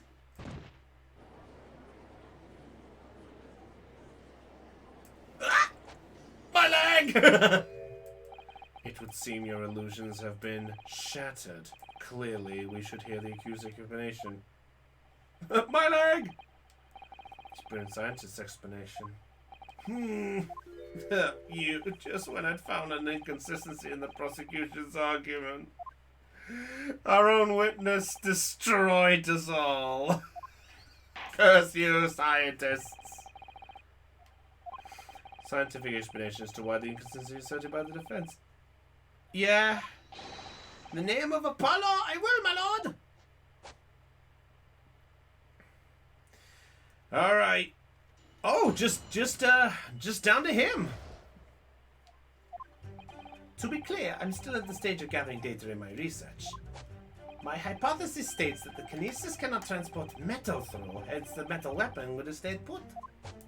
In other words, the point just raised by Mr. Naruhodo isn't an inconsistency at all. Mr. Asman was the patron of my research. Without him, my work wouldn't have been possible. Now I have a duty to protect the incredible machine that we built together.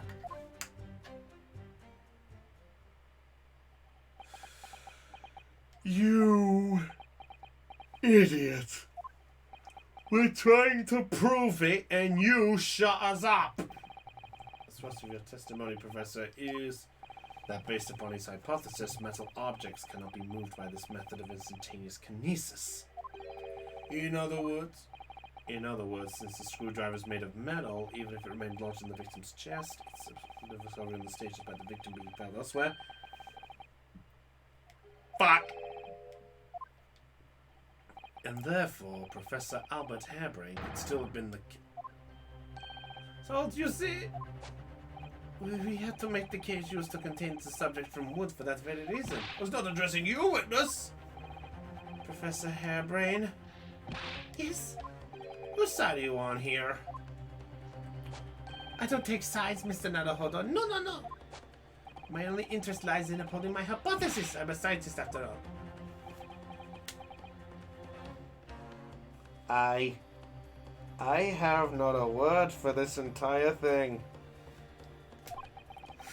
Working for us or against us, it's very hard to tell. See how you cross-examine this testimony, my Nipponese friend. Yes, fire away, Mr. Naruhodo. You fucker! I might as well give you the prosecution badge! That would be a strange coincidence, and a prosecutor who's a scientist. To be clear, I'm still at the stage of gathering data in my research. Hold it! And yet you retort to my argument. Wasn't lacking in confidence in any way. No scientist can find the truth without first finding self-belief. Those were the words of a certain scientist I hold in the very highest esteem. But you realize that disproving my argument puts you in a very precarious position, don't you? No scientist should strive to protect himself more than he strives to protect the truth. More words of the same great scientist, you know. Words that are causing me a lot of trouble! Who is this scientist? Me. Couldn't tell you, Mr. Naruhodo. Thank you. As soon as I remember my different genius's name, you'll be the first to know! It might be worth keeping the names of your idols to mind.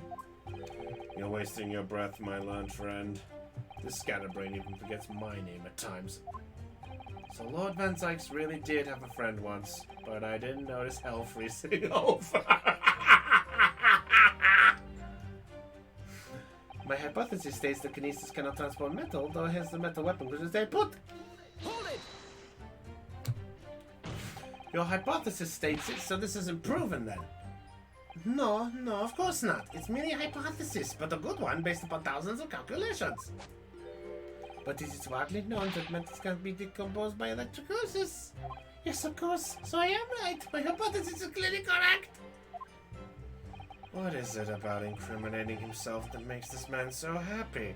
Maybe I should just get the 5 mistakes and just fuck up. See? Sorry, the birdcage. Yes, that's what I call the C obtusa. The C obtusa cage in which Mr. Asman was placed for kinesis. Obtusa? The jail cell in which the victim was detained. It does indeed seem to be made of timber of some sort. I'll thank you not to refer to it as an instrument of incarceration, your lordship. In short, any weapon lodged in the victim when he was beamed away would be instantaneous by kinesis. Would have been left behind on the stage if it were made of metal, correct? Yes, that's right. Yeah. Let's go model. But the ultimate conclusion, then, is that the defendant alone had the opportunity to inflict the fatal injury on the victim, is it not? Ah, indeed, sir. Someone beat me out of this nightmare. In other words, the point just raised by Mr. Nahado is inconsistency. Hold it! You seem to be pleased by that. Yes, another example of my hypothesis holding true. But I sense some sarcasm, Mr. Naruhodo. Are you not pleased? No. This is honest. I know it. At the end of the day, I'm the one responsible for Mr. Asman losing his life. The advancement of science is no excuse, I know that! No, you're quite right.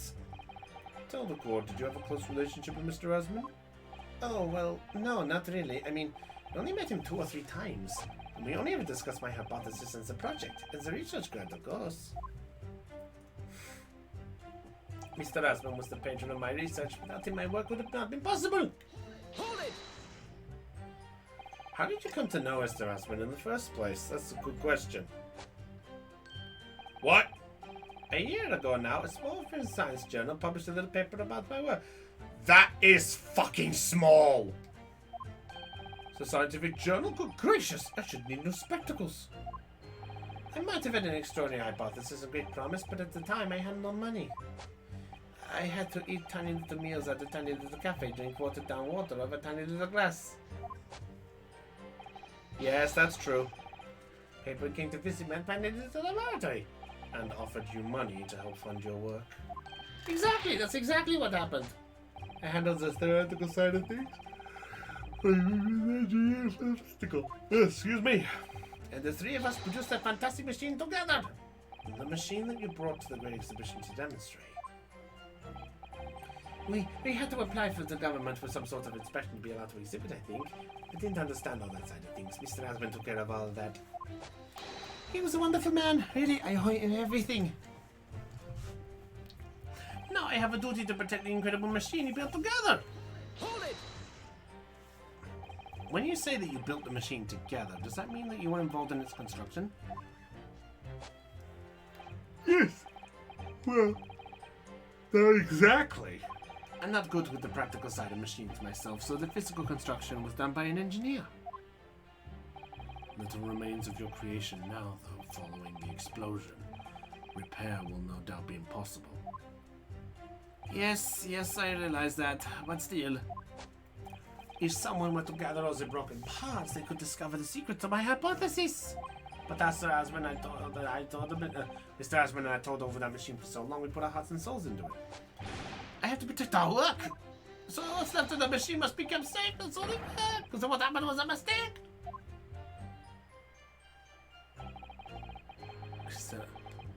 Thank goodness for that. Don't want him doing any more damage. He's already basically proven that he could have been the culprit. It seems as though it's only he cares about defending his hypothesis. What if his hypothesis is fundamentally flawed? Oh. So there's a problem.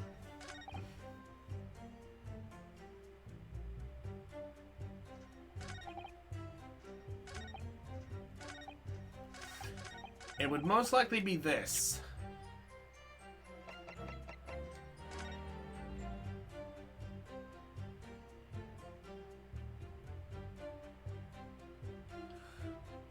Wait.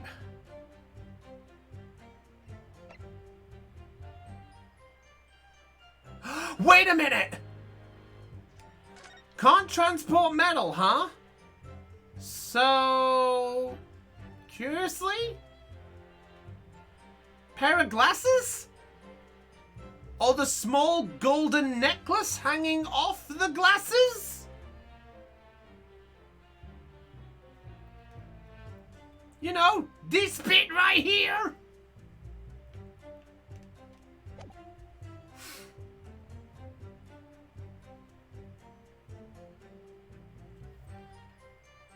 Would have to be this, right?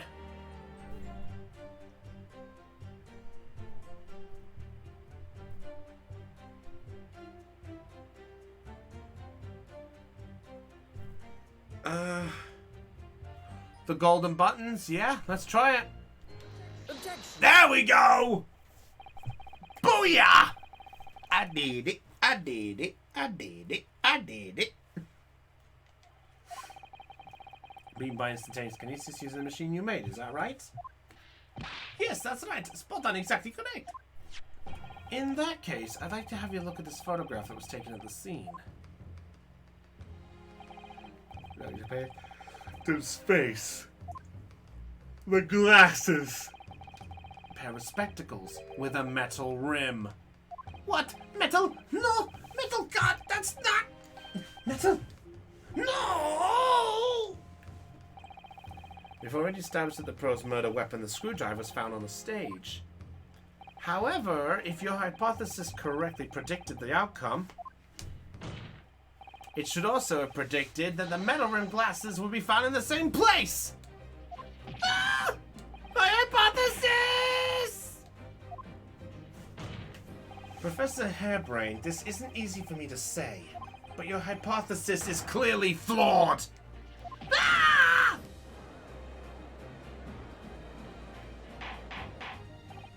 Order, order, order! Counsel, what is the implication of this? If on the day in question the alleged instantaneous kinesis never actually took place, then it's entirely possible that the victim was killed somewhere other than the stage. And in that case, someone other than the defendant could have been the culprit. But my hypothesis! My hypothesis! I proved it that day. The experiment was a success. The experiment was a proof of my work.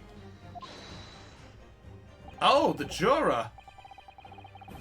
See something here in my capacity as a fellow of the Royal Society? Juror number 4, go ahead. As a man of science, there's only one thing I simply cannot abide. And that's a fraud who pretends to be a fellow man of science! What? Wait! Great Scott! Are you suggesting my science is suspect? It's been disproved, hasn't it? In front of all of us. In other words, the whole demonstration was a complete nonsense from start to finish. Believe me, my fellow jurors, when I tell you that this man is a heel, a bounder, and a fraud. So the wreckage of that machine should be stripped. Oh! No, not the newspaper! No, never! That machine is the essence of my entire hypothesis! Act. What did act all about, eh? Who made up such a daft rule?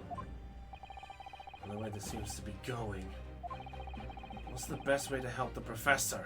Shit! Sounds like it.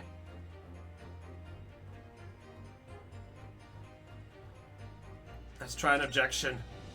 Objection. Hairbrain has yet to perfect his invention. Oh shit.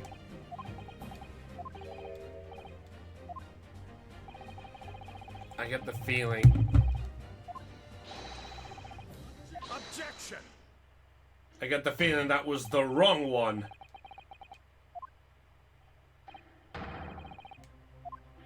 Ah! If the government was foolish enough to have deemed the man ridiculous notion plausible, judges would have received a handsome sum indeed. Conspirators? What would be the values of... You know, that's actually a good point. I never mentioned the grant. An order of magnitude out. 500 a year!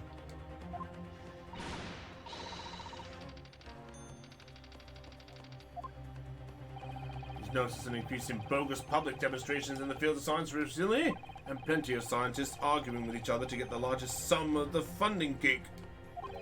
People's greed is plenty motive enough for murder, I assure you!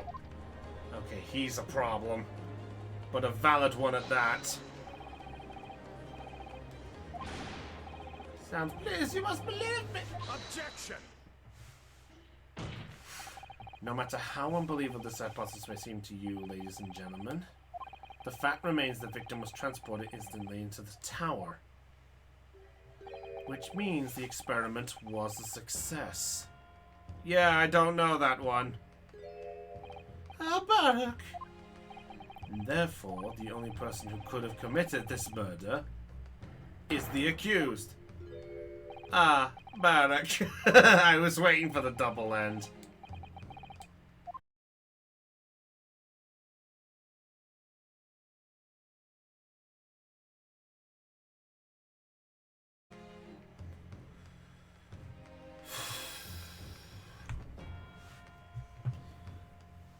My internet decided to shut itself off for a moment.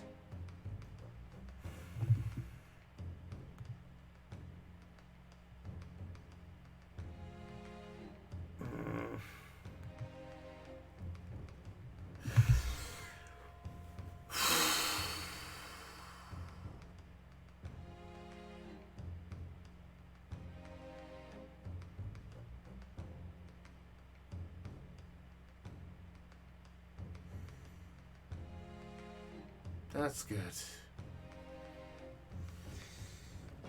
Give me... Okay, that's good. Give me 1 minute to do something.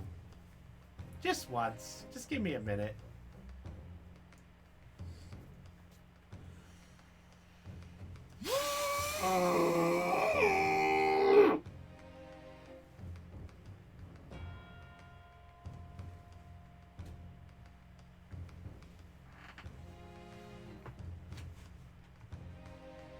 I'm better now.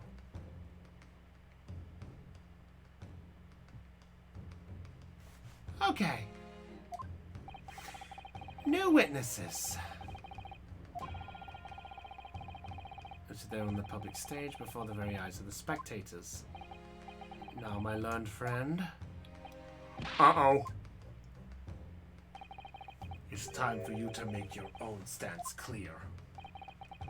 There's clearly a flaw in the professor's hypothesis. I can definitely see that. But where does that leave me? He says no, during which time the prosecution will prepare its new witnesses to take the stand. As you wish, my lord. Good. In that case, court is adjourned for 20 minutes.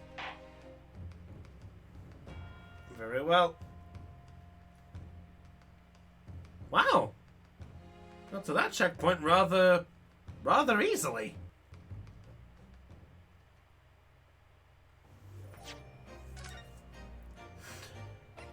I feel quite proud that I got through that one without even having to look up anything. Pardon me.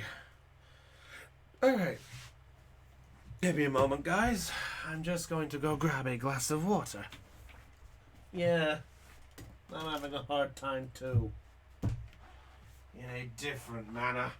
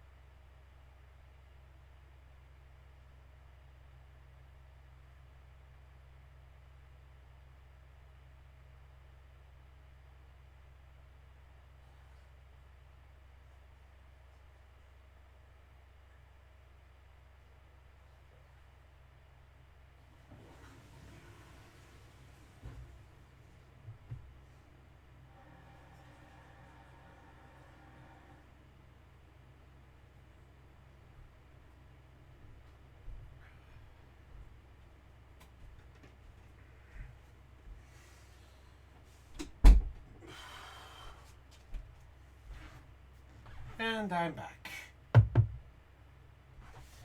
Did you miss me? Rosaria Payne.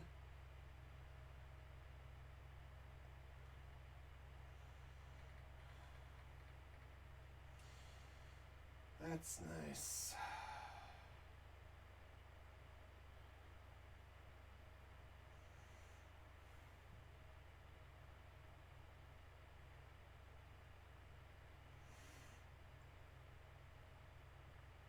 Cool. Give me a second. Okay, plug this on church. There we go. Okay.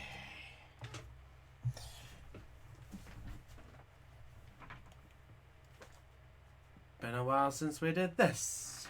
Sorry, I went back into LP mode.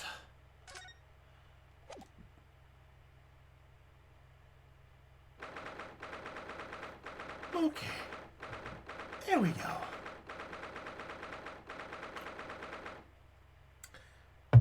I feel great, by the way.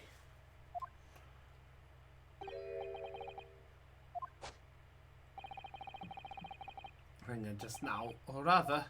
What on earth are you playing at along? My racing hypothesis, you picking those are gonna start! Sorry about that. You promised me. You said you'd prove that Trot's explosion was an accident, not murder. You said you'd keep my preservation from falling into anyone else's hands. Thank you, Colo.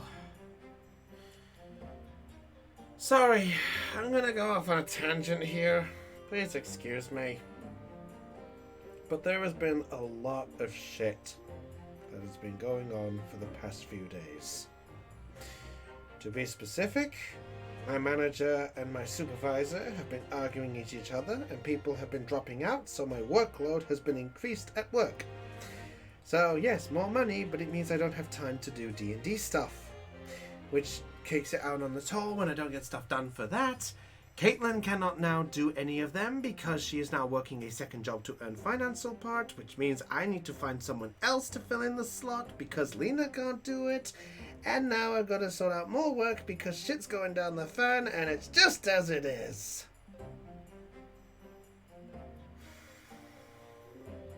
So apart from that, I'm great!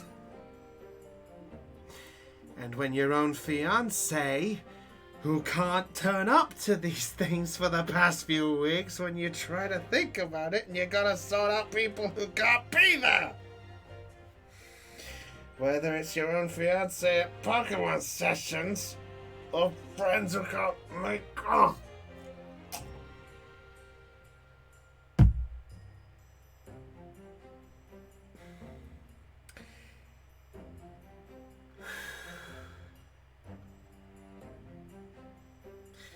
Is it too late to start drinking on stream? I'm sure people won't mind if Brownie starts drinking to relieve his woes at this point. Because I feel like this will be a start, because I'm about to see what the appeal of it is.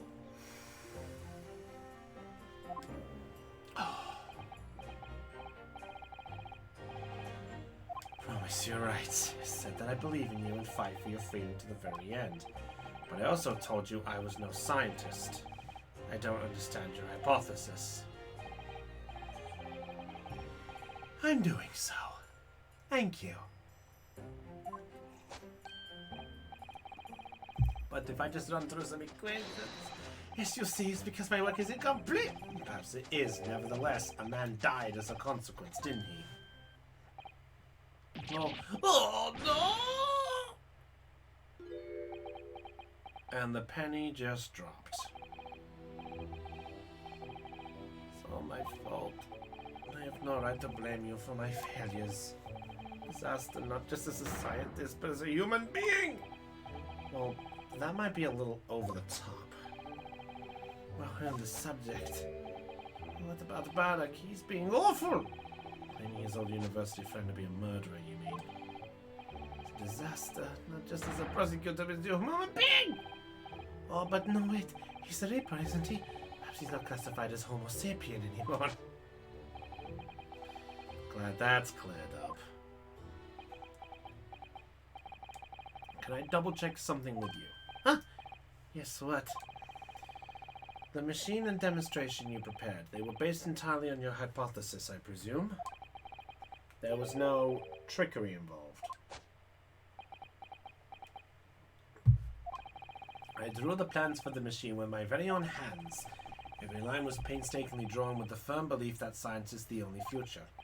So yes, it's true that my hypothesis hasn't reached maturity yet, but please, Mr. Naruhodo, you must believe in it.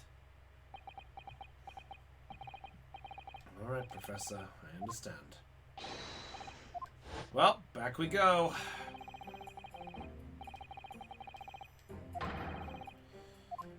Very well.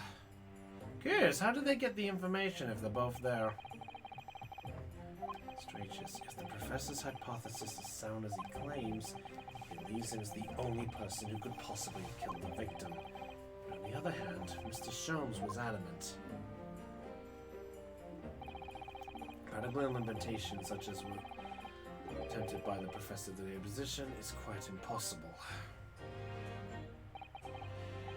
So really, what should I be trying to prove here? That's a good question. What do we prove? Him or the hypothesis?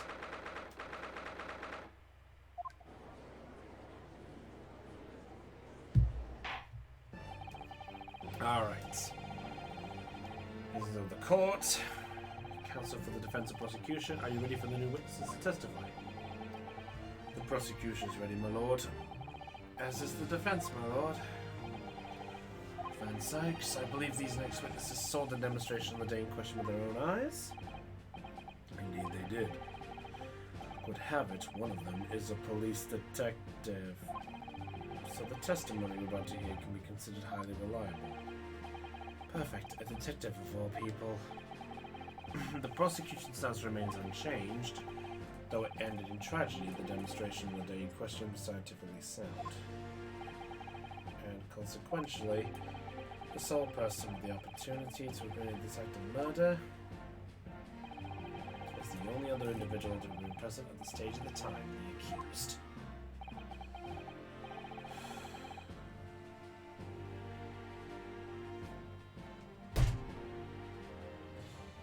Sorry, just needed to vent. I'm really sorry. Alright. The witness is in. Here we go. Who have we got?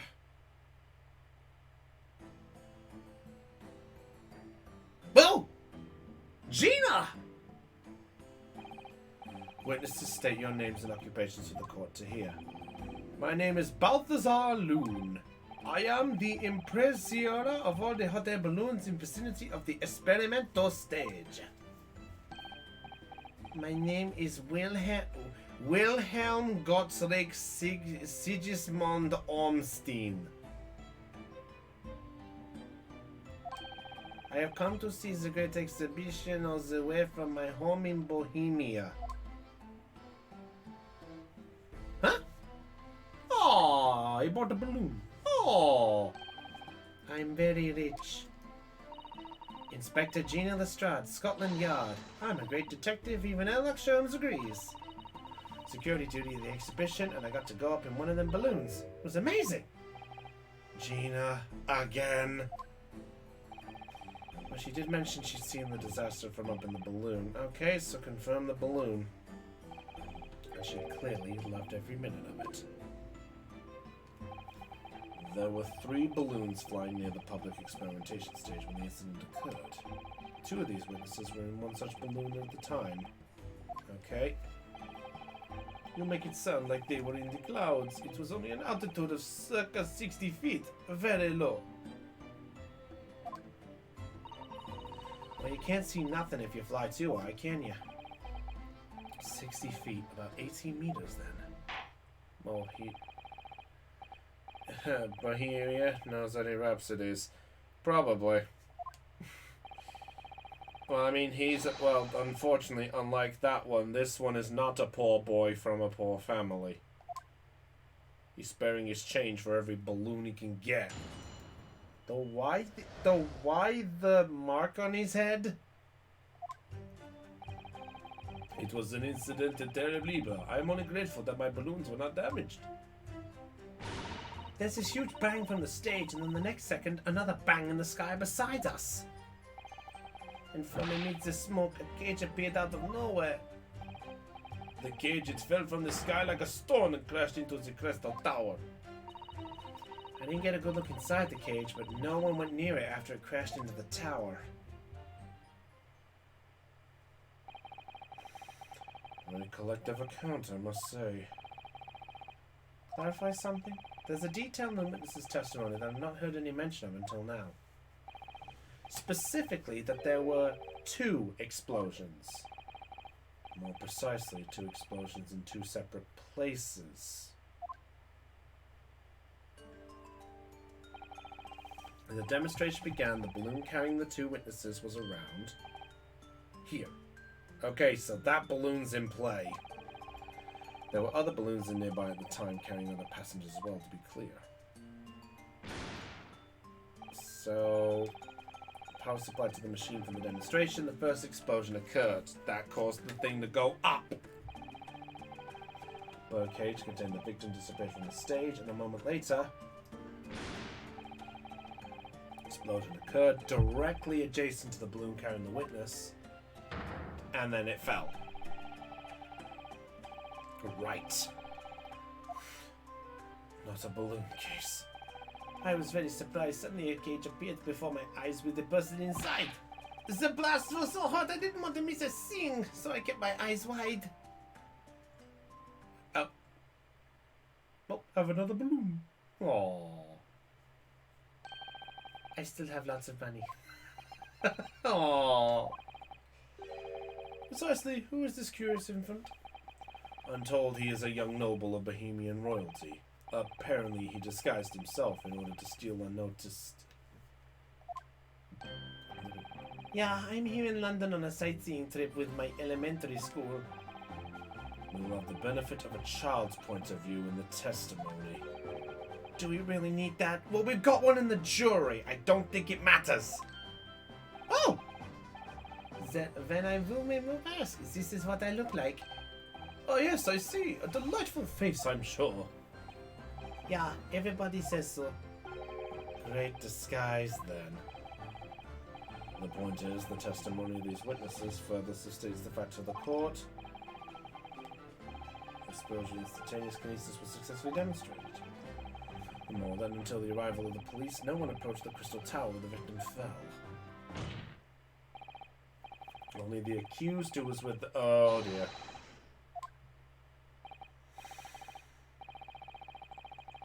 Those are quite clear.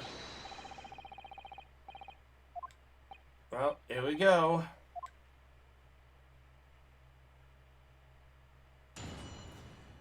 This is definitely the weirdest response I have ever seen.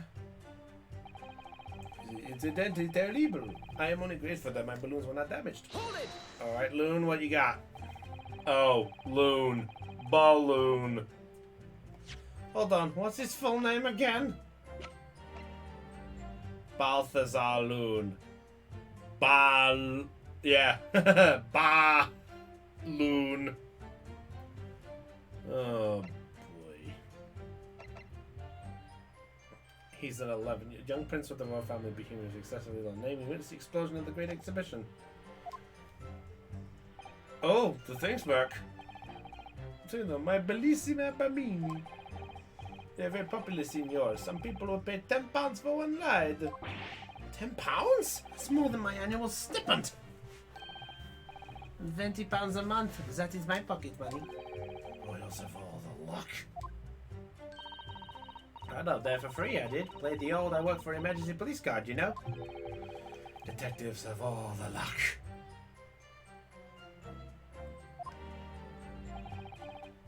Yeah, that's the issue we're trying to think. Some real numbers balloons, though. Because if I have too many in the skies, they could crash into each other. The operators for the balloons were decided by lots, with each operating manual a particular area. See, and the zone above public spectrum is the most profitable. The other impersonators, they hit me. Thank you, witness. I think the court has a clear picture of the arrangements. So confirmed. So the incident. Right, I can fill you in there, my lord. Well, Gina's doing her job as a detective. On the stage, and then the next, another bang in the sky beside us. Hold it! She saw the accident happen from up in the air. Yep. Isn't it amazing what a detective gets to do, eh? I'm telling you, Odo, being a lawyer is a mug's game. You should join the force so we can go flying together. No, so well. Can you tell us exactly what you saw, do you think? It was everything because we are above it all. Oh my god, look! And a normal posture! A dodgy calf climbing into that cage and the dodgy professor pulling on the levers. That's when it happened. That's when there was that massive bang and the cage disappeared, just like that. You are describing the moment the subject's body was decomposed by the electricity, I believe? I didn't know what to make of it, but then there was another bang right in my ear. Looked around and then there was a huge great fireball right next to us in the sky and then there was... Excuse me! The kid got something! Master Gotts, does your memory of the day differ? My teacher at elementary school said that when you meet someone for the first time, you should always use their full name. Ah, yes. What was it again? Wilhelm Gottfried Sigismund von Munstein. Just the four names, then. The point is, do you have something to say? Something to add in response to Detective Gina Lestrade's last remark, perhaps? Well, get it right, Odo. It's Inspector Lestrade. Why does everyone have a problem with how I address them at the moment? That is not what I saw. Oh! Yeah, there was a second explosion and it was right beside our balloon. That is true. But I'm sure... Which is what I said in it. 1 minute there was nothing there, then a massive explosion. My teacher at elementary school says that is when someone else is speaking, if you are rude enough to interrupt. You will have the most awful life imaginable! Are all Bohemians brought up to be so full of joy? Oh, another balloon. I still have money. Just before the second explosion happened next to our balloon, I clearly witnessed a green balloon flying in the sky. A green balloon? You know, I never saw nothing like that. Well, I did. I saw it. You can't say I didn't. I will complain to the council. I will cry and scream. Money is the truth and Bohemian Prince. You cannot say the lies. That is not allowed. Playing the bleeding royalty card, are you? Typical. Says the orphan who likes to remind people she works for Her Majesty's police. The relationship between Great Britain and Bohemia. It was not the sky that exploded, it was a green balloon that was next to us at the time. Hold it! Green balloon? Green balloon, you say? Are you sure about that? Of course I am sure. I am the proud Bohemian Prince. All these questions are making me boring. I think you mean bored. Ah! English is very annoying. The language of my countrymen is far superior. Ragazzo, it is very wrong to lie. Lie? Flying balloons never explode for the same reason the planets never explode. It is logical. Please tell me that doesn't mean logical. If you insult me, you insult all of Bohemia. Madai! I will have the army come and shoot all your stupid balloons out of the sky. Order them! Loon? Here you are, Your Highness. If only all international incidents were so easily resolved. Is it been restored here in the courtroom? Perhaps you could return to the testimony. Did you also see the moment the cage materialized, Mr. Loon? No, I did not see the explosion myself, however. Balls! The sky like a stone and it crashed into the crystal tower. Hold it! I'm glad he's Italian. No, in reality I did not. I saw after it hit the tower. There was a grand confusion on the stage. I ran to see what happened. Mamma mia. Balloons had crashed. And I suppose they are his livelihood. But when I looked up to the sky, all my precious balloons were still there. I saw it though. I saw it slam into the tower. After all, I am a detective now. Then tell us what you saw, Inspector Lestrade. That's what I like to hear. Typical. Didn't get a good look inside the cage, but no one went near it after it crashed into the tower. Did you give the order to keep people away? Eh? Use your head, Odo. How could it have been me? I was up in a balloon, wasn't I? Right. Was that one available? It was the boss who had to leg it over there. Shoved and kicked all over by the Ah, poor Gregson got the shit stick. Behold, I can tell you. Amazing! Poor Inspector Gregson. I couldn't see the cage that well because of all the smoke. And I didn't really want to see, to be honest. I was scared out of my wits. Keep it together, Inspector.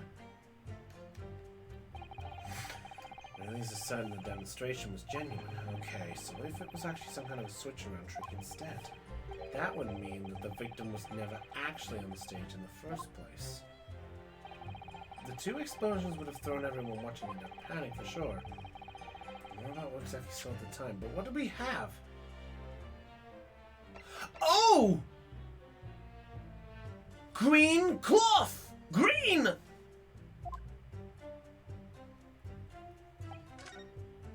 There's our statement. This Objection! or not. Fuck. I was so confident with that.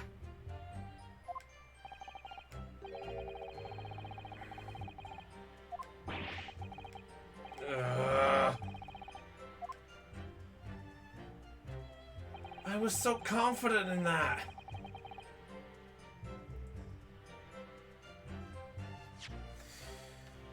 Right.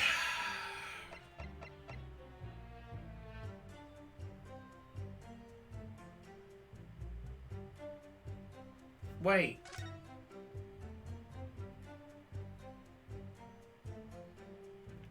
Did he say 3 balloons? Why is that 2?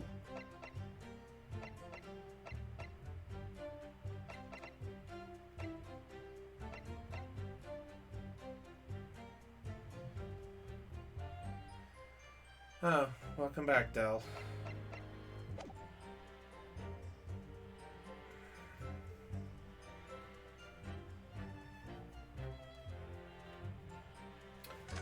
Okay.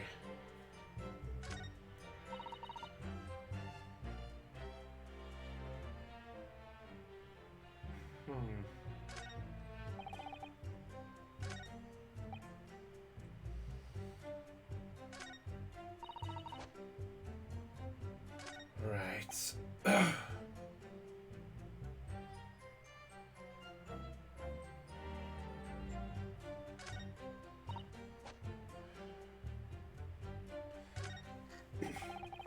Short version. Next witnesses.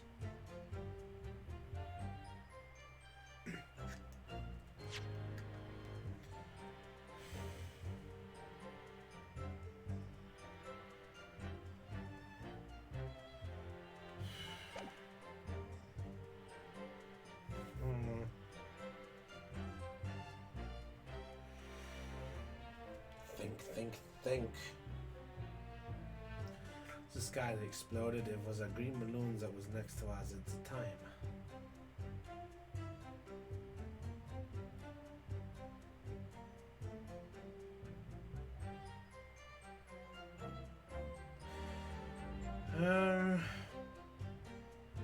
This is the one that got changed, so it sounds like this is the statement.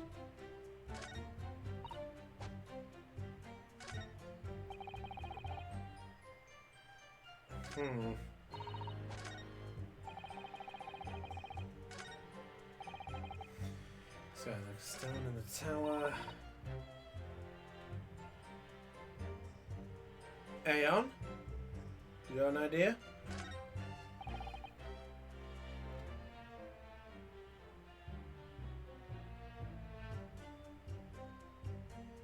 What about Loon? What about Loon?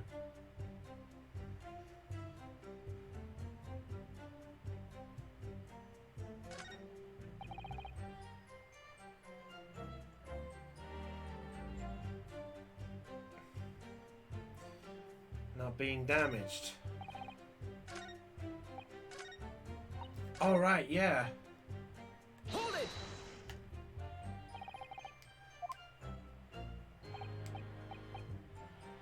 All three of them.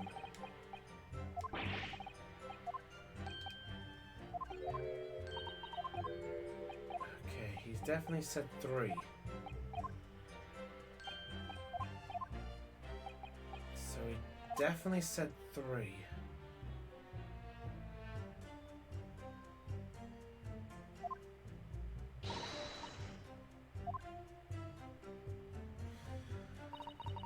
Nope.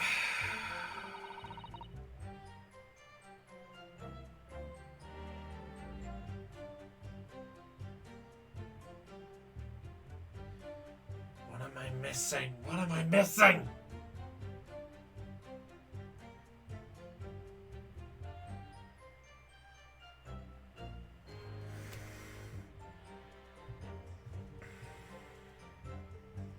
Hold it!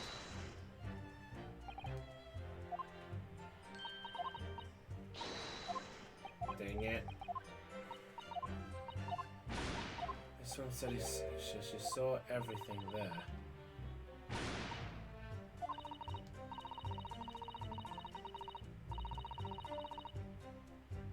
And there before. It's the cage, that's what. That description sounds like the moment after the man was beamed.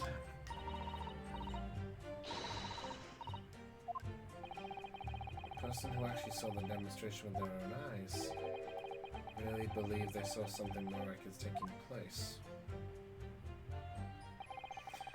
It was not the skies that exploded, it was the green balloons that was next to us at the time. But this has to be the statement, right? What am I missing? I mean, that shows 2.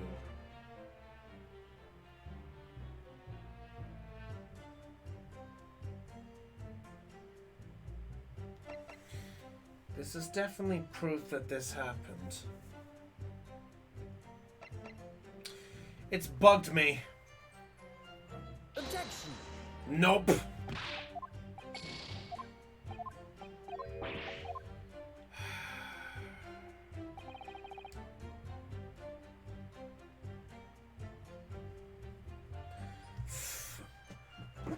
We tried the cloth. I tried it. It didn't fucking work.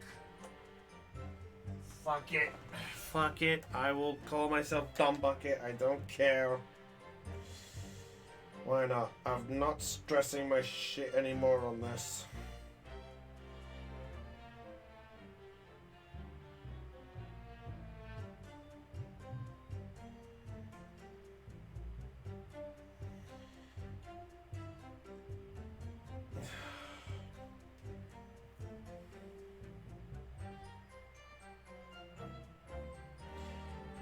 You can say I tried. With respect, I am not faffing around.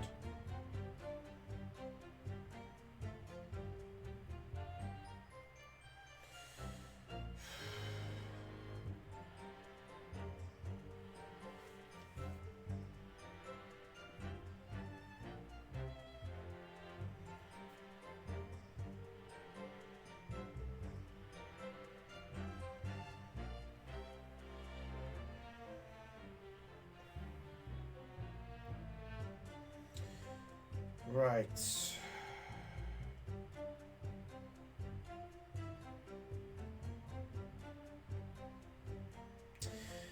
Are you fucking serious? We had the right thing. We just did the wrong fucking thing.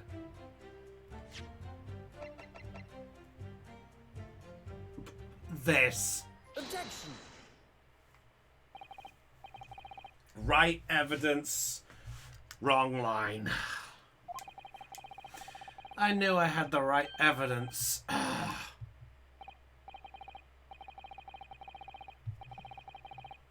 Detectable. I wonder if you might know what this is. I think it may be part of a balloon. Oh, is he nervous? Yep. Although, that is the large round part of the balloon which becomes filled with hot air. It is made from very thick tablet lined with rubber. You will not want to rip it when you're in the sky. Just as I thought. This piece of cloth was found at the experimentation stage. So this is a balloon. A green balloon did explode. Oh!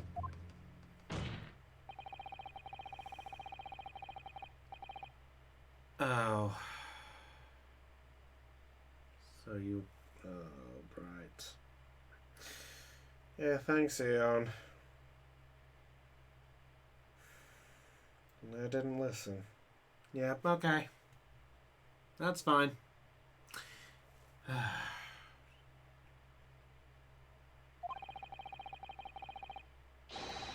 Right. Oh! Up goes the bandit. There's our jury, by the way. Fool. Things crash 50% of the time anyway. Objection. Telekinesis did occur, but after the explosion on the stage. Yeah, by the way, Van Zykes is defending that this happened.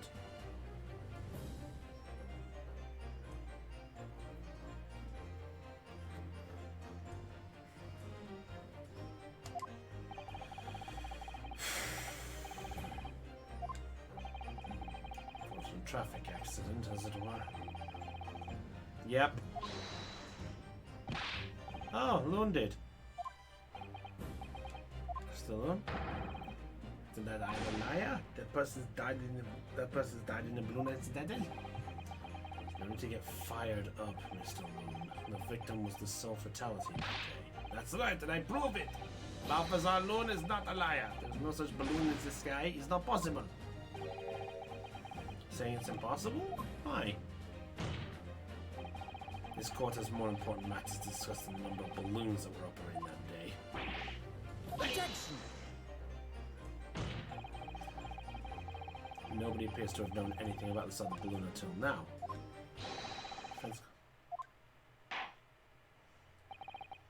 I concur. There's clearly more to the truth here than meets the eye.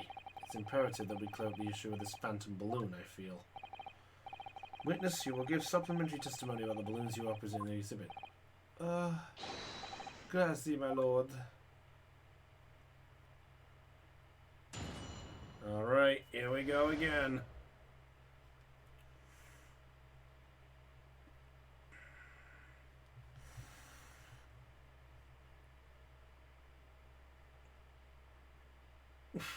Yeah, it sounds about right. As I said, Balthazar Luna's no liar. Every balloon I had in Skyline is safely. Those were carrying passengers. If they fell to the ground in an explosion, what a catastrophe. But you can't get away from the fact that a burned up bit of cloth was found at the scene, can you? Coppers a yard reckon it was probably some debris from the explosion on the stage. Stupid ragazzo, my balloons have the red and blue zigzag stripes anyway.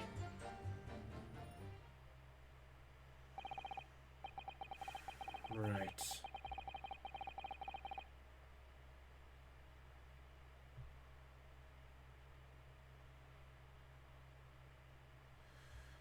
Right.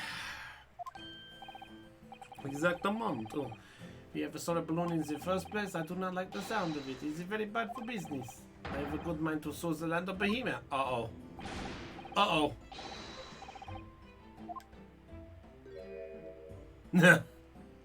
It is before. War is over. What happened to all-out war? Mr. Moon certainly doesn't appear to be lying, but that doesn't change the fact that testimony and evidence are contradictory here.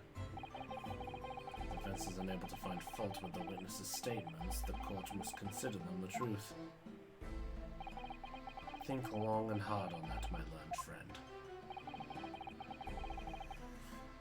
So, also, Del, to sum up, we've also found out the truth about Van Zykes' past. Apparently, the figure that was supposedly behind that bloomin' Mandatory Swords one was apparently someone called the Professor. The Professor is the one that killed Van Zykes' brother. So, yeah. Examine the witnesses. Here we go again.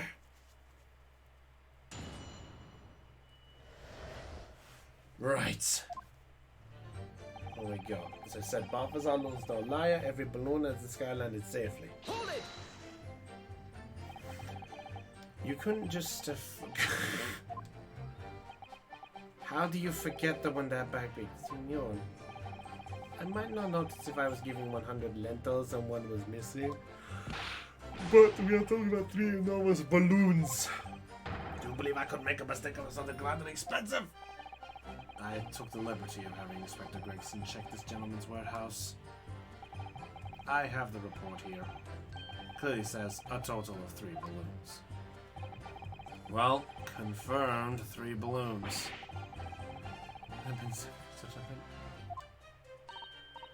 What, me? I'll tell you what I told the boss. East End kids like me can only count up to 2. It ain't true, but the boss bought it and said he'd have to go himself. Wow. All 3 of my balloons are carrying passengers. If they fell to the ground in an explosion, what a catastrophe. Hold it! It'd be quite a catastrophe if they fell to the ground for any reason, I think. On that note, Mr. Loon, tell me, what is it that keeps the balloons in the sky? Oh, I really hope so. An idiota! Sorry? It's like asking, why does a candle burn bright? It burns bright because it burns bright. And a balloon flies because it flies. What else? Ah, that must be Italian for I don't know. 2 types of flying balloons. Hot air balloons and gas balloons. Hot air balloons work on the principle of hot air being less dense than cold air, whereas gas balloons derive their lift by using a gas that's lighter than air. See, my balloons are filled with the magic gas, I believe. Hydrogen. Lighter than air, but highly explosive. Good lord! I do not permit smoking of the cigarettes in any of my balloons. The magic gas does not like a fire. Even a small spark of static electricity could cause the entire balloon to explode. What is the matter with you, senor? All that comes out of your mouth is explosion. I tell you, my balloons are perfectly safe. They have to be, or I cannot eat. None of my balloons exploded that day. I'm completely sure. But if you still say that is what happened, you must show me the proof. Alright, so Mr. Loon had 3 balloons in the air that day. So confirmed. And that's true. Where the fuck did the green one come from? The fact that a burned up bit of cloth was found at the scene, can you? Hold it! And that bar was back. So the fact we're still at the scene, actually. Didn't you search the area surrounding the stage for clues? Nah, I'm not into picking stuff up the ground. You... diving into people's... Gina, you have not yet. You haven't got out the career yet. So I was on his hands and knees picking up all the kinds of rubbish from the floor. Thing is, though, the cage went crashing in the crystal tower, didn't it? So that's when most of the investigation was going on. Even so, I thought someone from Scotland Yard had gathered up his evidence. Cool, listen to you. You stumble across a bit of balloon and suddenly you're the best investigator in the world. Pardon? Well, you ain't got a badge, have you? Like this one. I could arrest you with this if I wanted to. I wouldn't put it past her. Think about it. There was talk of some scorching on the ground at the meeting we had about... Oh! Closest in the yard reckoned probably some debris thrown from the explosion on the stage. Hold it! But it was rubber. Why did rubber to metal? Yeah, wasn't there? Yeah, some of the cops were watching the experiment caught in the blast and injured. Ouch! Contraption didn't keel over, eh? I hadn't even considered that. It seems there was a great panic after the incident occurred. I shouldn't have missed a torn piece of the envelope from a balloon. Inspector Gregson can expect repercussions. Like me swiping all his fish and chips, eh? The man's sole pleasure. None of this matters. A scrap of balloon envelope means nothing. Niente. Yeah, the flame actually gets bigger when he's angry. Hold it! This is the thing, I'm sure. Color is wrong? Si, senor. I do not have any green balloons in my warehouse. Okay, and yet that piece of green cloth was found at the scene and is unmistakable from a balloon. Well, that cannot be. For the sake of argument, let's say a green balloon did explode over the stage. You couldn't therefore conclude that it happened on the day in question. Why not? And recreational balloon fights over Hyde Park operating from before the Great Exhibition. One could have exploded on some earlier date. Unfortunate, as I'm sure you'd agree. You believe it may have been from some earlier balloon accident that predates the exhibition? Si, exactamente. Senior, stuff from one of my balloons. I was waiting for that one. Excuse me. Oh, Master Gotts. Is Master Wilhelm Gotts the Monday or Mustang? It was on the tip of my tongue. Something is very wrong. I know what I saw. There was a green balloon there. I swear it all over Bolivia. You can speak as much bad language as you like, but it changes nothing.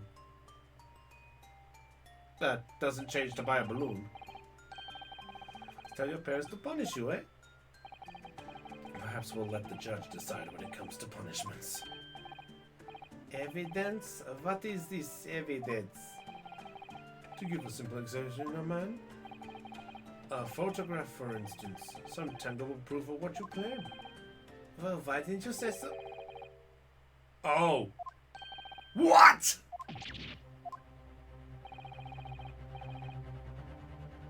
Everyone's surprised. He actually had something. What? He had a camera! He had a fucking camera!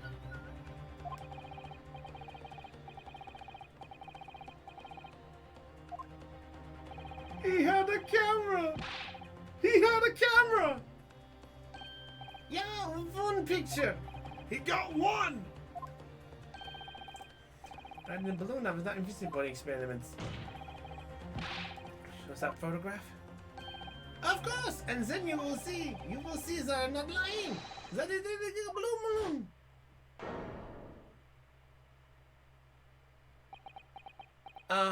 That's black and white. That's a black and white. Well, I see you're auto shocked to speak. Yes, I think shocked is indeed the word, young man. And he buys another one. Perhaps you cannot see it for the green balloon from this photograph, but... And there it goes. Super Buster hits the camera. That is one very bohemian sounding cry. Very well, the court will accept this photograph as evidence. Wow, he took it for the sake of a crying child. Oh. Oh. Well, never mind. I'm sure you have plenty of wonderful sepia memories to take home with you. Okay, so when exactly did you take that photograph? Well, it was on the day of the big explosion. Okay, let's have a look at that a proper thing.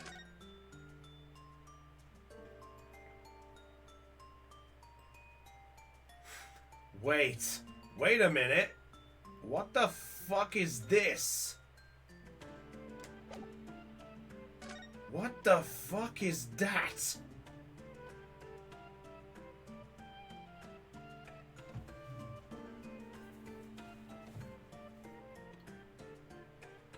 Okay, so that's definitely him. That's definitely him. But yeah, this has to be the thing.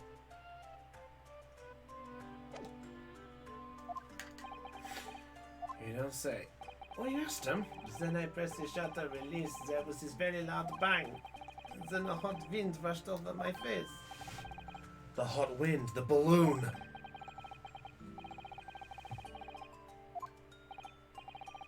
If you ask me, this black and white photograph changes nothing. I could not give the flying fig. A fig. Oh, goody. A flying fig. Huh, I feel recollecting. I want to go back to Dragon Quest 9. Can I do that? Probably. Let's try. Add up. The young Bohemian boy plays. Okay. Okay. Let's have a look. Charge could be mistaken on the number that were in the air. Still, this inconsistency must tell us something, I'm sure. Said Balthazar Loon's no liar, every balloon has a skin. Very impressive. He fell to the ground in an explosion. What a catastrophe. Should have seen the cops I reckon he did.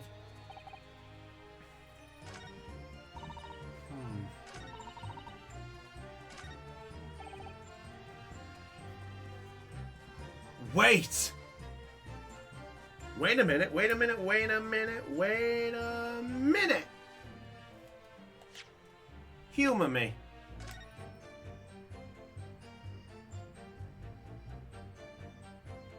Why is the balloon flying without anybody in it?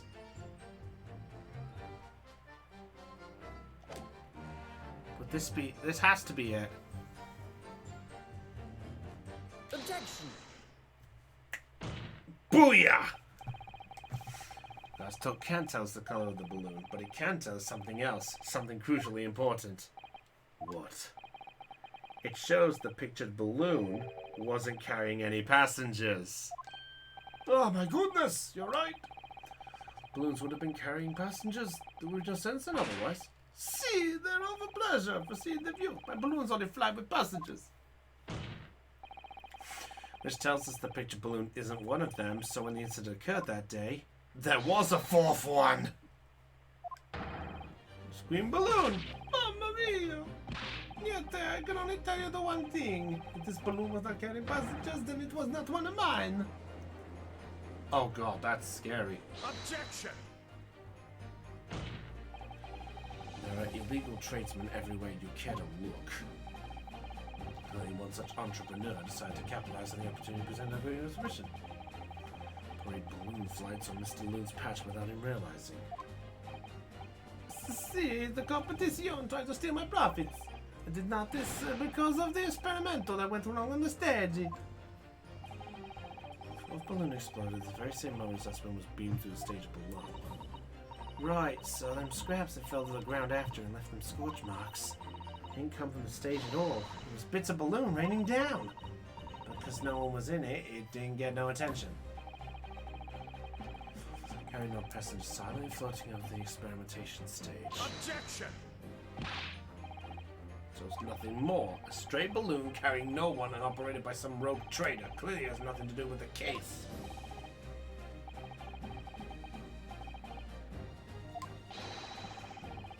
So the testimony already. The prosecution calls for this trial to be concluded. Huh?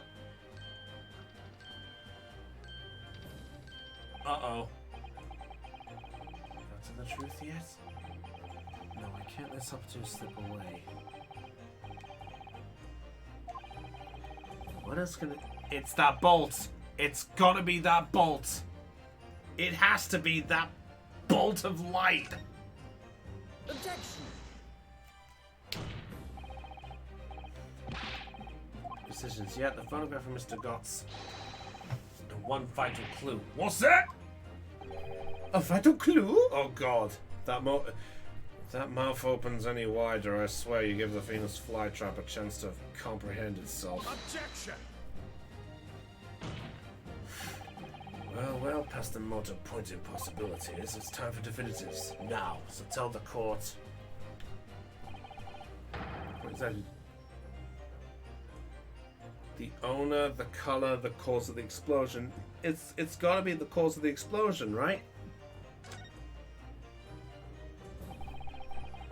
Assuming the picture was destroyed in the searing heat of the explosion. Yeah, that's right, yeah. It's not my fault. Evidently, as the birdcage on the kinesis machine materialized in the sky where it had been flying, and the balloon being filled with flammable hydrogen instantly explosive. Objection! Please tell me when they end this. I'm sorry, I'm losing it a lot here. Requires closer examination. For the defense, you will highlight the local in the photograph. It's gotta be that bolt.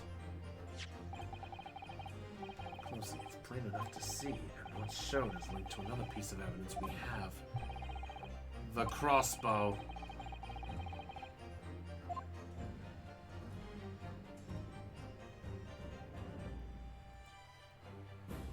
Take that! There we go.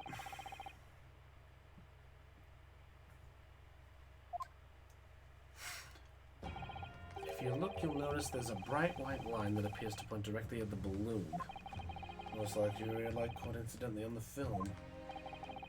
I'm afraid I can see nothing of the sort. With a magnifying glass, my lord, it becomes clear what the nature of this bright line really is. Goodness, what is that? Undeniably some flash of light, yes. Oh golly, do you think it might be lightning? But it couldn't have been a finer day. I believe we may be looking at fire. A bolt of fire heading straight for the balloon, like an arrow. An arrow. It was a flame of some sort. My word, are you suggesting this flame struck the hydrogen gas that filled the balloon? Objection! It's absurd. The balloon would have been 60 feet above the ground at the time. No flame could have possibly reached such a height. Objection! Oh, I think we already know. The crossbow bolt. What evidence? Yeah, his balloon's popped. Explains this mysterious streak of flame that appears to be headed directly for the balloon. The crossbow. Take that! This was found hidden at the foot of a small ornamental tree near the scene. Good lord, is that a crossbow? An arrow dipped in oil and set alight could have been shot from this weapon, sending a flaming arrow straight into the hydrogen-filled balloon. Are you suggesting the crossbow was used deliberately? Blimey, you're right. And the photo looks just like an arrow, doesn't it? Then, the explosion of the balloon it was. Very likely the result of a flaming arrow. No! Sorry, I'm trying to persevere right now. I'm sorry, I've just had enough today. We'll just get to the next checkpoint and see what we can do. Noise of the discharge, of course. That's right, by using a crossbow, the projectile could be fired at the balloon silently. Oh yeah, if someone had shot a gun off in the examination ground, it would have caused a real panic. But with the big explosion, there was a very big panic anyway, no? I don't like this. Should be pleased to have found a plausible explanation, but something feels wrong. Objection! You're saying that Nipponi's friend. If a flaming arrow did indeed hit the balloon, then obviously it would have exploded. And if the birdcage appeared from the cloud of smoke that ensued... Oh, wait a minute, what are you really saying here? I don't get it. Was the birdcage beamed up into the sky after all? Or what? My goodness me! It's a good question. That's what the sinking feeling's about. I think there's a good chance that the birdcage was actually concealed inside the... What? What? Now the horse is bolted. Oh my god!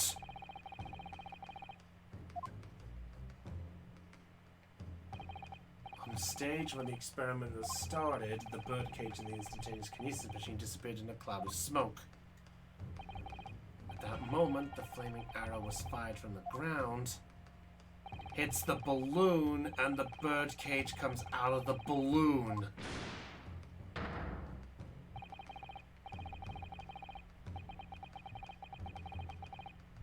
Oh my god.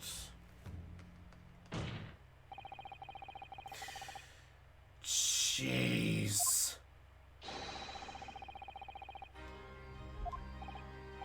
This... Oh! Objection! This is ludicrous what you described in a science experiment. It's child's play. Contemporary space stage magic. So Charles and I said the experiment was a scientific possibility. Are you telling me they both knew? You'll explain what happened that day. I don't know. I'm saying Skinny didn't take place. How do you explain that? Yeah, how did it turn up? I put in a word as a man of magic myself. Such apparent discrepancies can easily be explained by one simple deception. Number 3 is a magician. All that would be needed is a doppelganger, someone who looks very similar to the victim, Mr. Asman. Wait, what?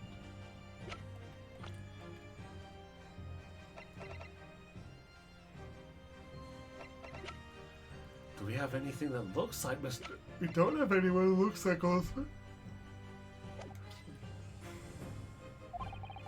And having this other man appear on stage to the front of the show as a body double. Of course.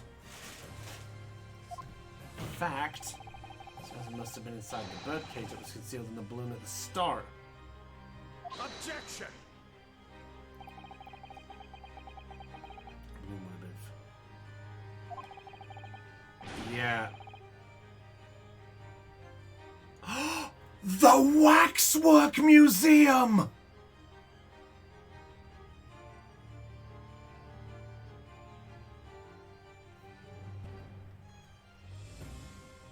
I don't believe it. So now that gives the fucking question. What the fuck?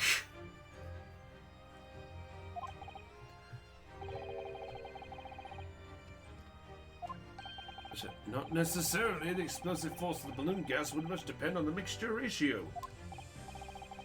Number 4, that's right. Probably we'll find out. Really filled with pure hydrogen, but a mixture of other gases such as helium as well. Helium on its own doesn't explode, but by controlling the gas mixture ratio, the explosive force can be altered. I even love the fact that the liquid in there was purple. The mixture ratio? Obviously, the victim's body would have suffered some burns that would have been unavoidable. Oh, look at this! Oh, now it stays purple. God damn it, now you're making me seem like an idiot.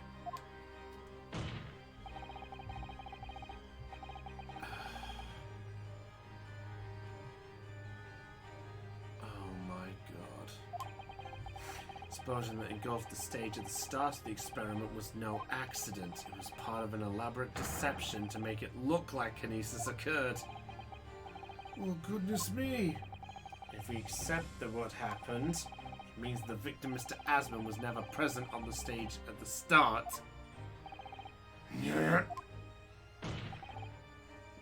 In short, couldn't have been killed by the... Oh my god! Ah!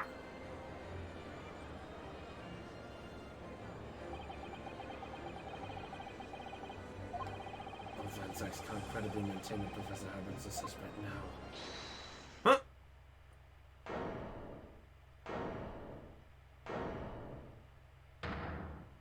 Hairbrain, what are you doing? Hairbrain?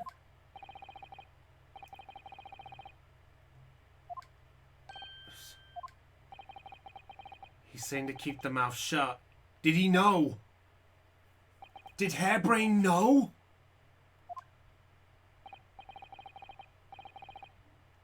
Fess.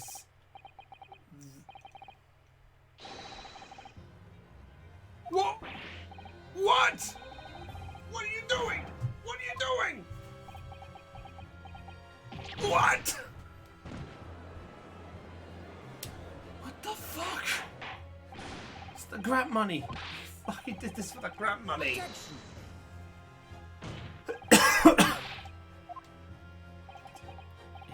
It's what I've said all along. I must protect my head, but he cares more about the fucking thing.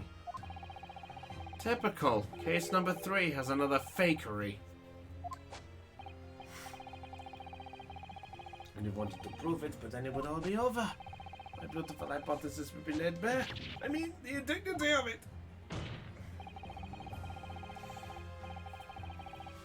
As experiment, you didn't build it. It's quite conceivable that you were duped, Professor. Malik, Oh. Yes. I'll cooperate. I'll do whatever you say. I swear it. So please, ensure the special protection. He's panicking. He genuinely doesn't want to see his life work gone. Pray forgive the discourtesy of filling my hollow chalice at this critical juncture. Here's to my learned Nipponese friend. What? His upcoming attempt to clarify the defense's position. Wait, what? Hold on, what's that line?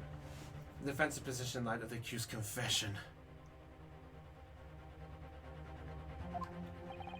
Do you intend to formally assert the experiment was nothing more than a conjuring trick? Because the moment you do, the Special Dispensary for Scientific Equipment Act that protects the professor's invention will cease to apply. Because it won't be an experiment anymore. Demand a rigorous examination of the mercury invasion to establish the truth.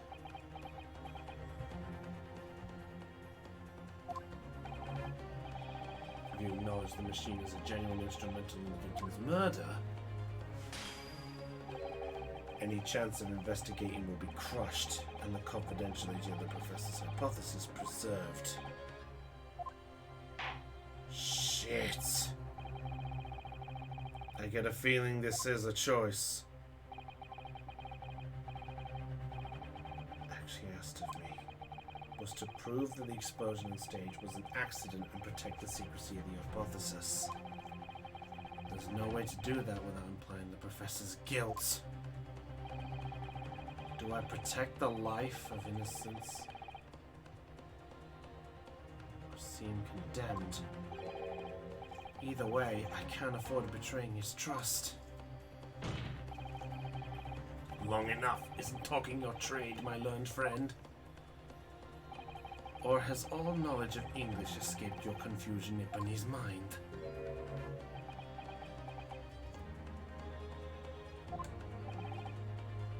Although, there's no escape here. Gotta make a choice. We actually have a choice!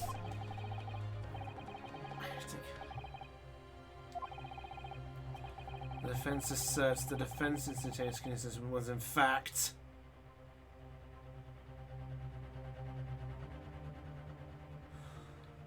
Oh god, what do we do?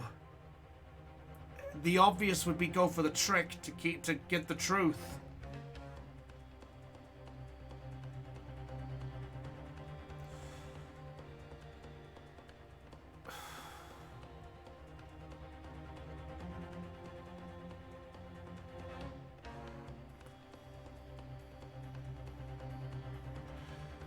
What do we do? What do we do?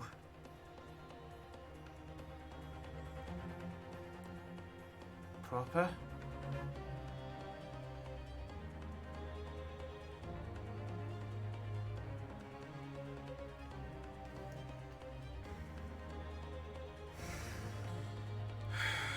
Either way, trust is gone. Yeah, I'll save it. I really don't like this. I really don't like this because we have one chance. Okay. Alright, guys, let's do this proper. Let's vote. What do we do? Do we choose a scientific invention? Oh, nice dude. So what do we do? Do we choose the invention? The proper invention? The professor's hypothesis is remained, but the professor is charged with murder. Or a conjuring trick. He's still innocent, but his machine would be then turned to investigation and his hypothesis is destroyed. Either way, something's getting destroyed. Either his freedom or his machine.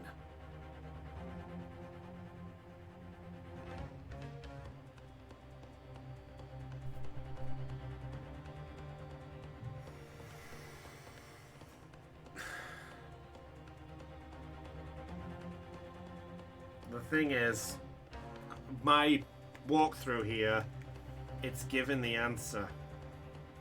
But I want to see what you guys all pick.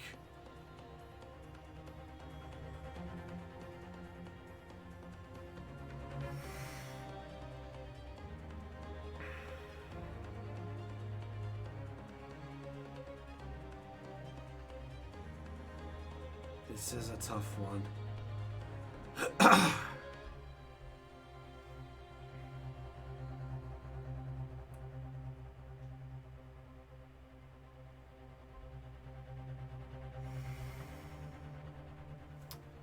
Okay, Aeon says trick.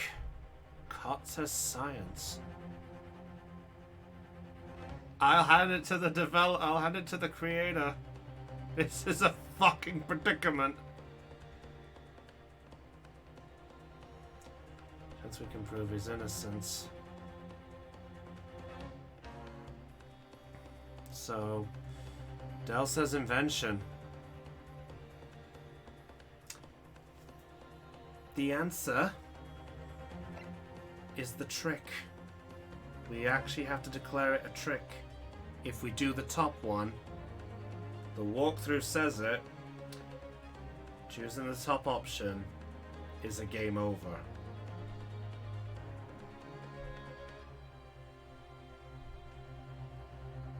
It's gotta be the trick.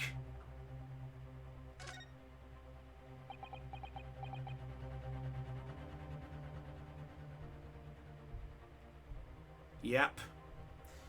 It was a red herring. It was a red herring trick by the game. The game had a red herring trick, and I'll let you know now. This is at the end of the chapter. This was the last thing to get to the next save point, so if you fuck this up, you're all the way back when you last saved it.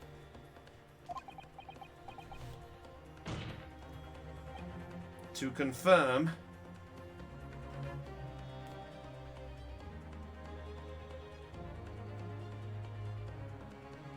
no, it's backwards.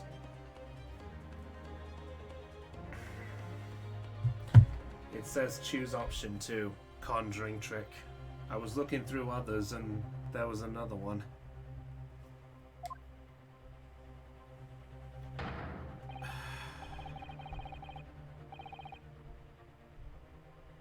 Wait, what? It's not the question you have to ask yourself here. What can I protect? Huh? Wait, what? What? Sasada? Wait, what? What? Wait! That's real! That's real! That's real! That's real! That's real! Time to talk, Mr. Ninja. For now, we must concentrate on the task. That's real!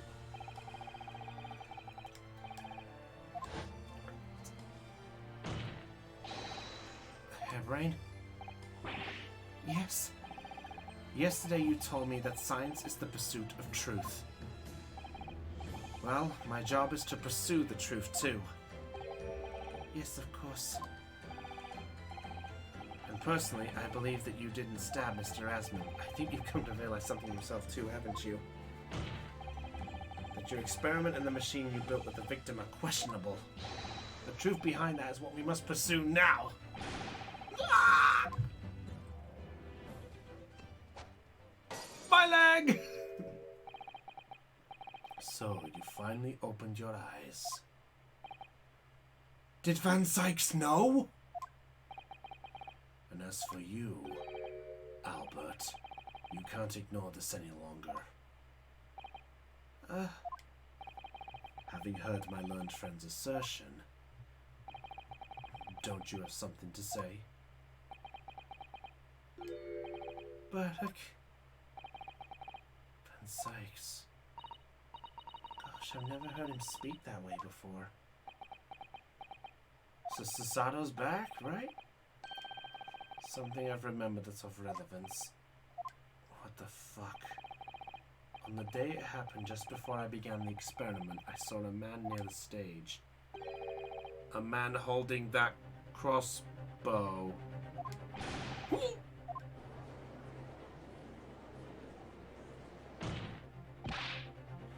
Who the fuck?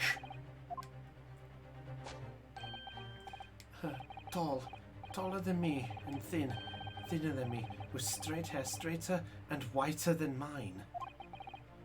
Let me see, one less lens than me to a monocle, a black monocle. But one thing in particular I have to positively identify, you see, know him very well.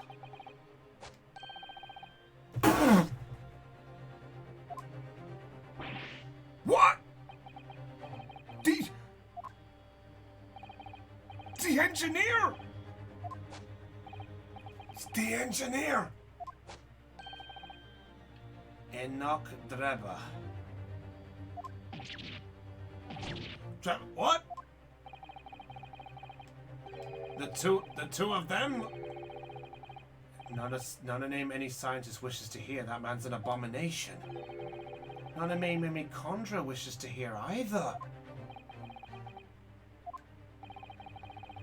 This isn't the first tale of this nature that I've heard in scientific name. There's talk of other flamboyant experiments that turn out to be nothing but stage trickery in the end. Obviously, the rascal is after the government's research grant money. When magicians are in need of money, I've heard of them resorting to these underhand tactics.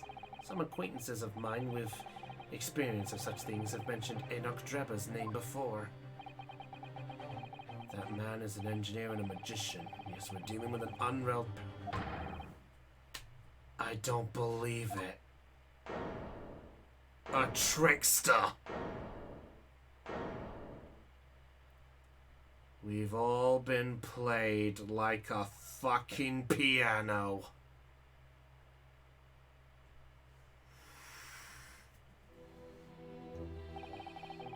So it's true then. My invention, my great machine, is just a grand illusion? We just heard about Dr. Mr. Dreba's character. Sounds increasingly likely. Even though no one else believed it, I wanted to believe that machine would function exactly as my hypothesis predicted. Which is why you were so opposed to it being investigated, I presume. I knew that if the machine was examined in detail, its construction would give away my hypothesis. Obviously, I didn't want that to happen, but at the same time, I knew that if it was found to be nothing more than a trick than a work of deception, then everything I'd worked towards, all my research, all my dreams, my whole life would be over. I was terrified at the prospect. So you really had no idea then, did you? About the true nature of the machine that was built. Dreba. I never questioned anything. I didn't want to question it. It's entirely possible that Mr. Asman and Mr. Dreba were working together to use you as a means of fraudulently acquiring the research grant. So it was all about the money. When I announced my invention to the crowds that day, it was the finest moment of my career.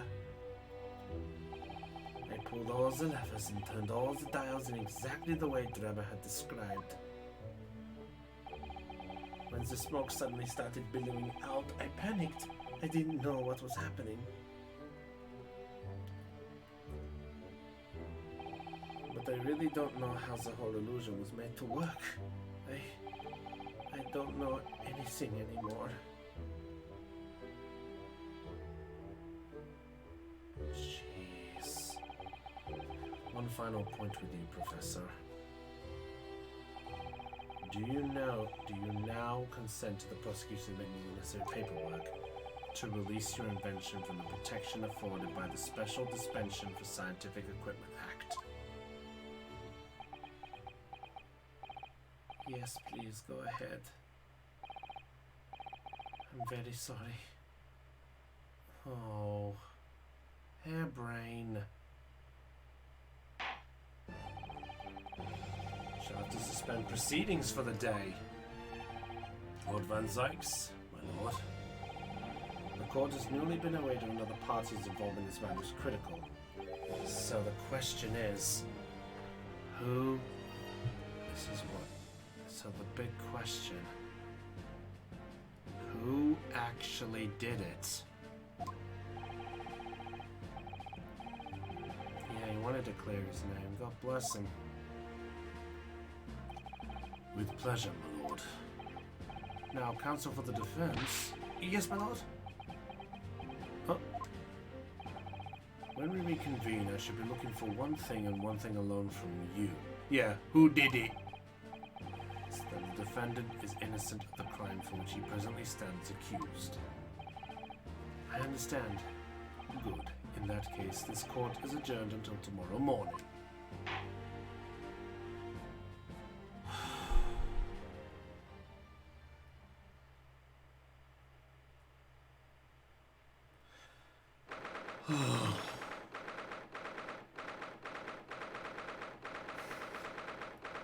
That was a fucking moment, though. And all of you were willing to pick the scientific part. All of you would have been fucked, except for the one who picked the illusion, which was Aeon. No. It actually was legit. You had to pick trick. If you picked the other, then Van Zyk's was basically what would have happened was he would have been trialed for murder, his machine would have been safe, that would have been the end of it. And in other words, he would have gone to jail, been hanged or whatever, and that's it. You would not get to go further than this. This would be where you'd basically go. So yeah, you had to get the truth because Van Sykes generally wanted to plead the friend. In short, he generally just wanted to actually...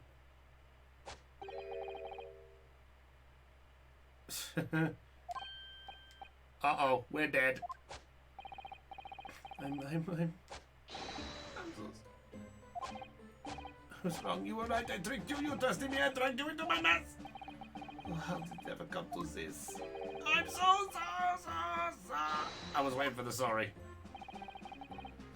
No idea, Professor, about what Mr. Treble is really up to, I mean. Oh, sorry. Naturally, that machine was the embodiment of my hypothesis of all my hopes and dreams. I have complete faith in it. Alright, in that case, I won't say any more.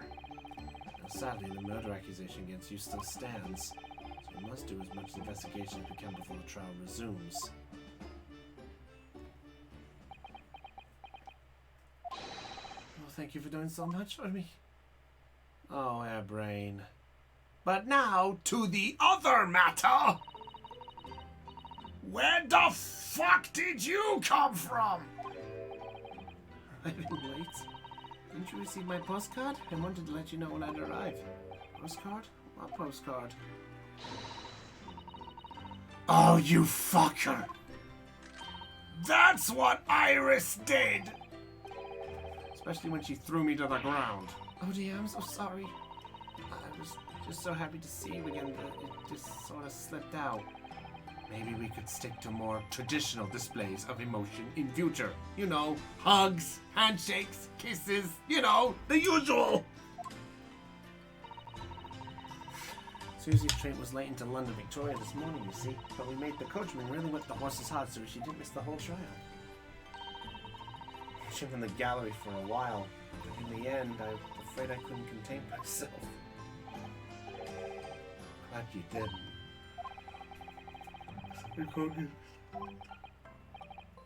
Oh. Oh. Welcome back, Sasato. Back. It's a good question. Protest? Let's save all that conversation for when we're back at home, shall we? That's a good idea. Once ever for the special occasion. It's how wonderful. I can't wait. Oh. Sato-san was back in London. It's hard to describe how happy that made me feel at the time. You know what we'll do? I think let's do it. Let's actually do a save. Load up. And let's check if the decision did matter.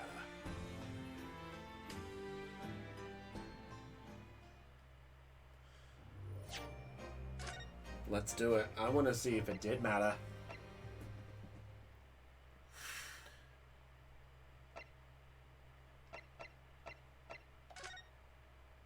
I don't need this one anymore. Let's actually do it.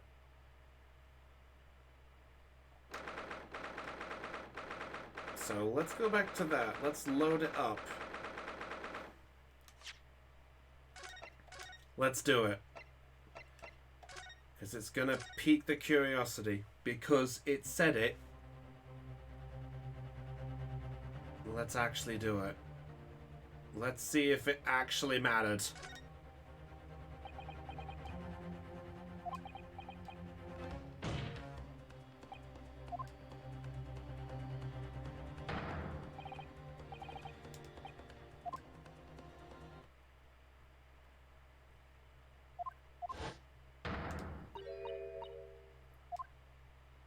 Let's see if it did matter.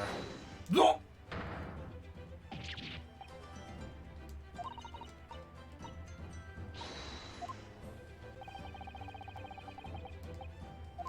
Let's have a look if it mattered.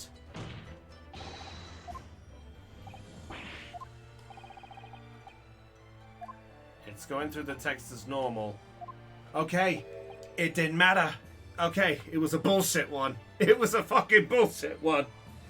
Okay. Fuck you, walkthrough. Fuck you. I'm so glad I got rid of the other one. It was a fucking trick.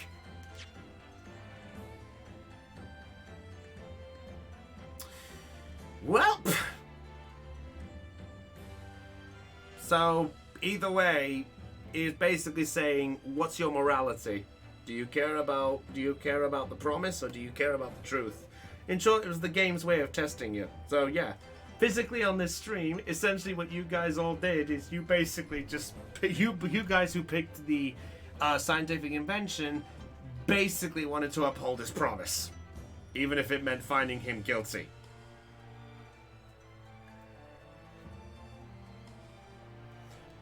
Well, we do get different dialogues.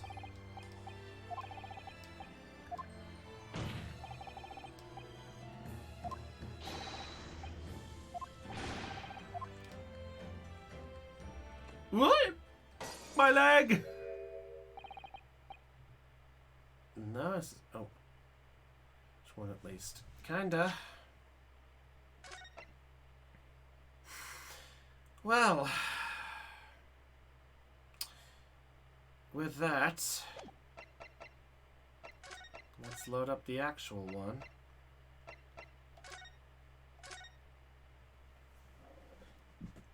And...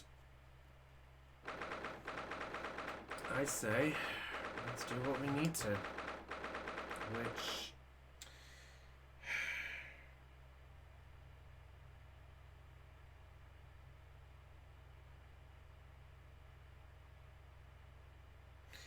Wait, what? Oh, you motherfucker. This walkthrough actually does not go all the way. So you know what? Might as well go a little further. Oh. Oh, Sasato. Makes this day so familiar. Didn't know when you might return, and I wanted everything to be as you'd left it. Oh. Oh, yeah, that's true. Oh, no, she threw you on both. She threw you on both. Alright, Susie. Yeah, that's actually a good question. Yeah, let's find out what's going on.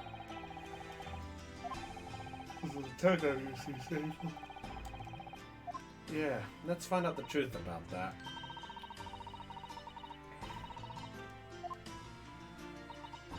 Sasato.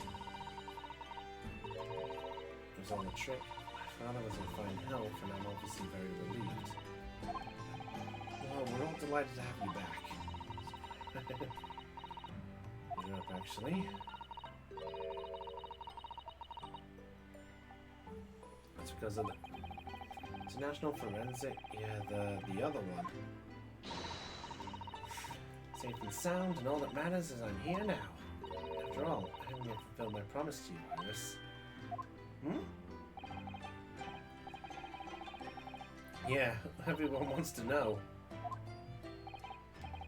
And there's one other thing.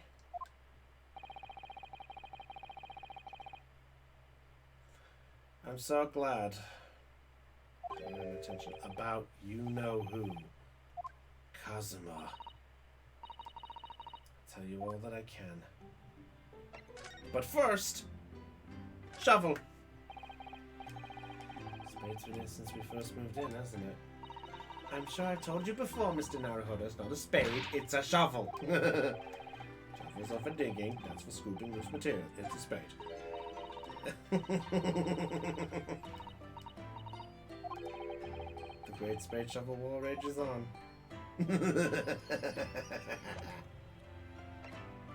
Oh, I've missed that. Oh my god! 4?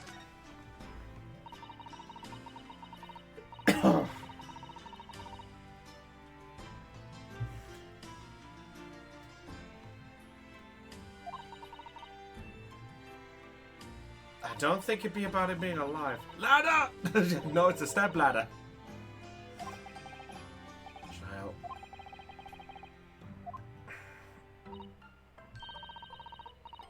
Yeah, I'll do the ladder, don't worry. I haven't forgotten. No, it's a ladder, guys.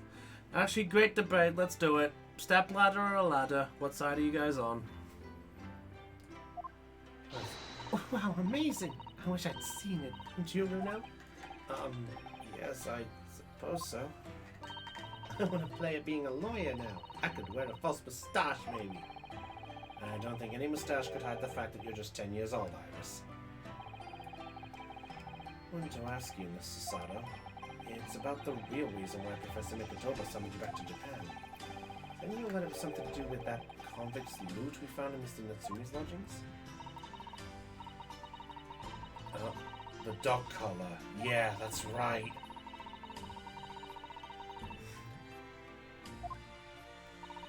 I understand that when Father saw the report, he turned as white as a sheet. Why would that be, then? Father came to Britain himself, of course, to study. It was some time ago now, but he stayed for 6 years. And something must have happened during that time. Tell me what it was. I decided that I, for one, won't keep any more secrets. Oh. That's a very meaningful look Society's given Iris there. Yeah, it was some kind of a collar. Okay, let's check Kazuma. The reporter who actually killed Miss Brett said something very strange. Oh yeah, this fucker. Wait. Baskerville! It connects! Student's fate. Is anything about it? They don't know the guy never made it to England. He died on that steamship. After that, he'll never. That was the title of the book. But later, I visited the man in his prison cell and asked me what he was going to say about Kazuma. What did you learn? After he died on the voyage to Great Britain, his body should have been unladen at the port of Hong Kong and passed into the care of the consulate staff there. Should have been? Well, it turns out that his body never arrived. Just disappeared.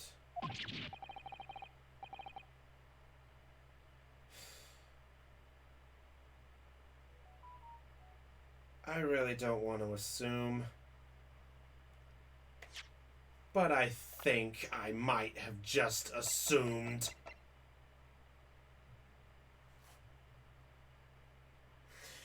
How much do you want to suspect that this is fucking Kazuma?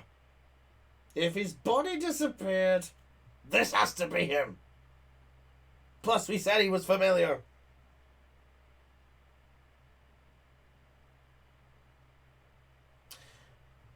I really...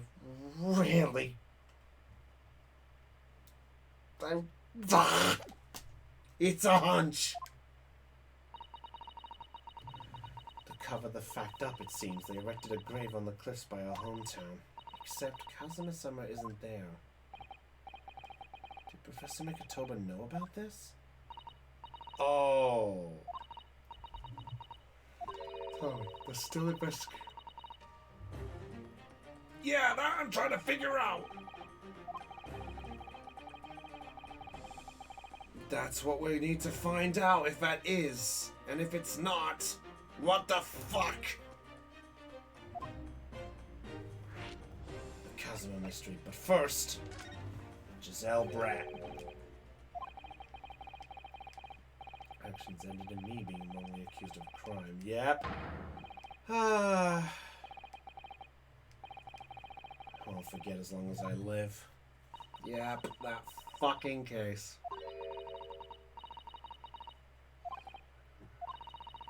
Zero Government's Intelligence Service have been investigating Bruce Brett. Yeah. English one by the name of... What? Didn't exist. A pseudonym. Her real name was Shin. And she wasn't a bidden student, she was a front. What? Miss A. Shin. Her name is literally all of our intelligence services have been able to discern about her. She came into Japan. It's a complete mystery. But that makes no sense. It's no easy task to be accepted as a first student anywhere. Woman up to? Some business in our country that we don't yet understand. Well, the main thing is she's gone.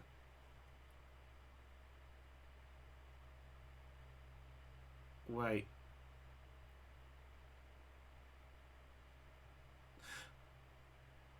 It was one of the names on the list! It was one of the names on the list! That was the name we didn't recognize!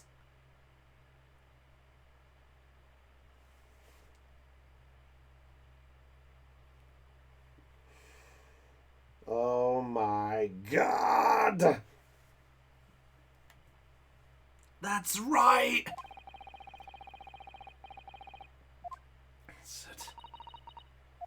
So, Aishin, who on earth was she? Though I've heard that name before. Yeah.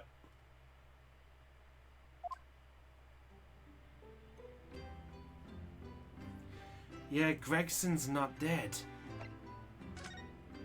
Okay, let's get to the bottom of the rest of these. Some 40 different countries would attend. And from Japan, my father and Judge Jigoku. Oh! Oh, the judge! I forgot, yeah. Best judge ever. After all, but who's the other person you mentioned? A judge, did you say? Yes, His Excellency, Judge Shiroshi Jigoku. You've met him, Mr. Naruto. Last year, in the Supreme Court. You can't possibly have forgotten. The big man himself. You're accused of murder? Oh, shit. No. We need answers. Best judge. Judge Igoku preside over that trial. I don't know, but this game is starting to... Seeing that man's face again in my mind. Oh, well, anyway. Father was invited to The Sims, and he agreed to me returning to Britain, too. I won't actually arrive until next month, but... Oh, God! He's coming! About The Sims, it seems as though Lord Stronghart has put in an awful lot of work to make it happen. Yeah, if you do, Del, I will miss that purple hat. I hope you at least take the badges off. Yes, as I understand it, Lord Stronghart organized the entire event himself. I think he's hoping that by achieving exceptional results, he'll get the job of Attorney General. So is he Oh, please tell me Strongheart's not doing stuff for this. It's an institution. That's what Father said anyway. Apparently it's Lord Strongheart's lifelong ambition. Does Professor Mikitoba know Lord Strong personally then? I wonder. He gave me a long speech about all this very subject only yesterday, but I sort of lost the will to live early on and didn't really listen to much of it. How trying for you. Thank you. But now... Some of the things that happened on the SS Booyah were definitely strange. After he died, we never saw his body again, did we? Could it be? That he's actually still alive? Stop it, Mr. Naruto. It's too much to bear. Sorry, I didn't mean to. Just thinking about the possibility pains me so very much. Yeah, I really don't know. Mr. Naruto. I'd rather not look back at that bloody story. Was there, wasn't he? And he definitely examined the body. I remember it clearly. You're right. So if Kazuma hadn't actually been dead at all, it would mean that Mr. Sholmes had lied to us.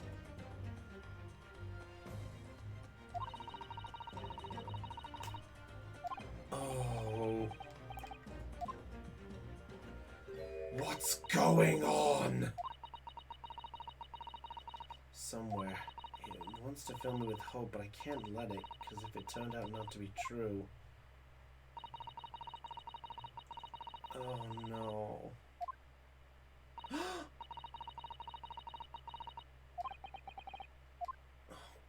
Give that girl a hug. It's the sound we're talking about after all. Yeah, I think he did. Yeah, I think he was the one who did. I think he wrote that as wardrobe. Okay, so... I can't do moves, so... Oh, Iris. Okay, hi Iris. His greatest exploits, I called it the Hound of the Baskervilles. There it is. Mr. Shones forbade you from publishing it.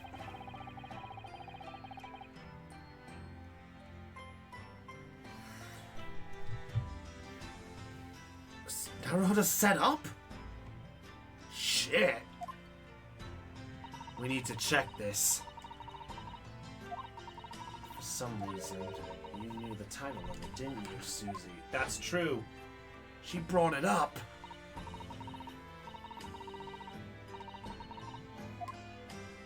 She knew it. Yeah, I'll click the ladder in a bit. Yes, but I made you a promise that I would spring one day, didn't I? Oh! We're gonna know! How the fuck does she know?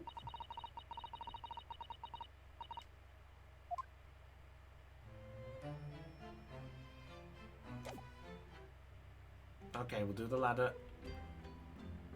Oh, we can't do the ladder. That's the desk. We can't do the ladder. We can't do the ladder.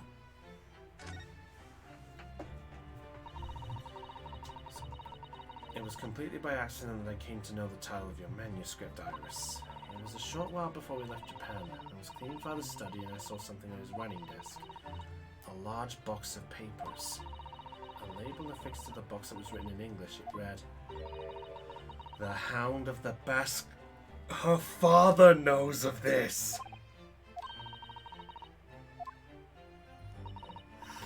Of course, I had no idea what it was at the time, but Father came in and... Sasada, what are you doing? Father? Did you look at those papers? No, I simply read the label, that's all. Well, put it out of your mind. Forget that you ever saw it, and certainly don't tell anyone else about this. Do you understand?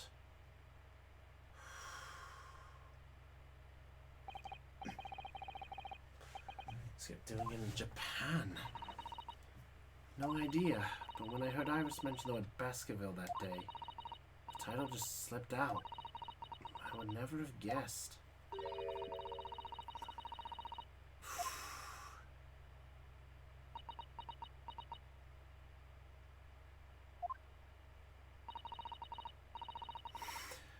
His father to explain, but he refused to answer any of my questions, and there was no sign of the big box in his office.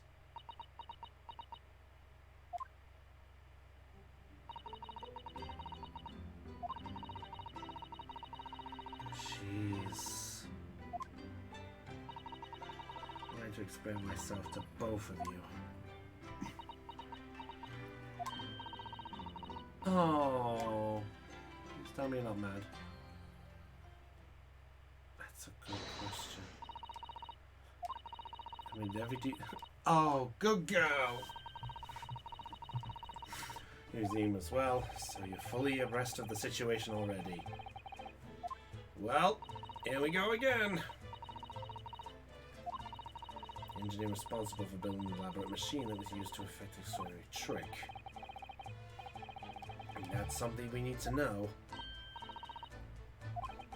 Well, yes, he must know the truth behind this case, so I agree, we really need to find the man. Sounds like it's a case of tracking someone down. Police are a great detective. You're supposed to guess who she might be thinking of.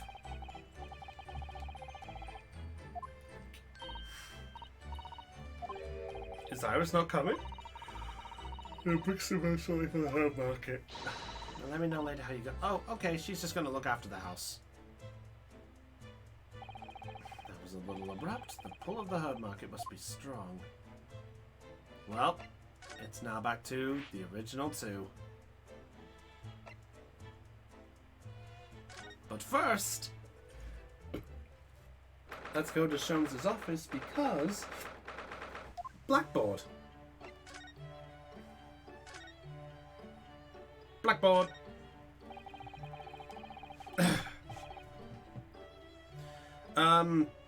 There's actually still case. Wait, is it case? No, this is case 3. We're not on case 4 yet. A lot of little stick figures all lined up. Look. Cheap apples at the market is what all of them say. What? The little figures can speak? All your questions should be answered if you only would read this month's Red magazine. So it's a puzzle.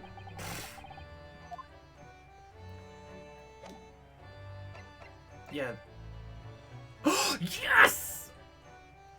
That's the gold trophy! Okay, we don't have to check that anymore. Oh. Okay. Oh, the office can go, the prison. You know what? Let's check the office. I want to check the office. Why not? Oh! Another person?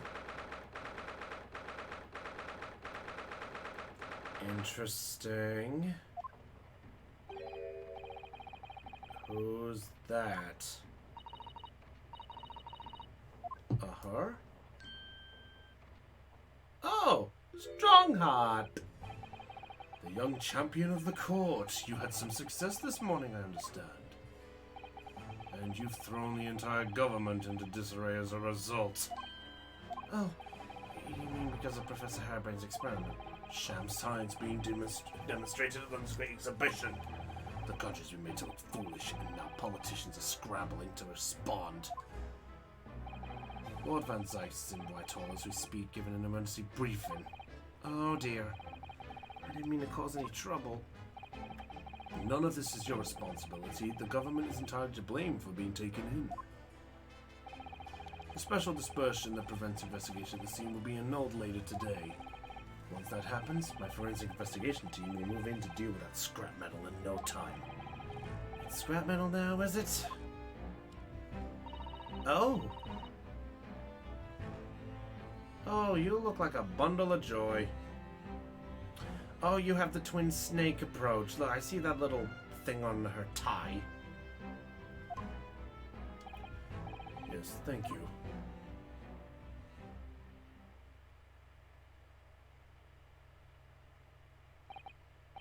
Who was that? Yeah, that's a good question. That was Dr. Courtney Seath, Scotland Yard. Seath! Seath! Seath! She's the coroner of this! And the forensic investigation team's handling of this case. Delivering a report about the victim in fact. Oh, I see. About Mr. Essman. The outcome of the trial earlier asked the coroner's office to reevaluate its findings. I don't have time to tell you what she concluded. If you want to know, you'll have to ask her directly. You can find her in the forensics laboratory. Alright. Now, what were you here to see me about? I can give you 7 minutes and 39 seconds of my time. You're not coming quite so spectacular late anymore. Well, unfortunately, I say we give him a lot more.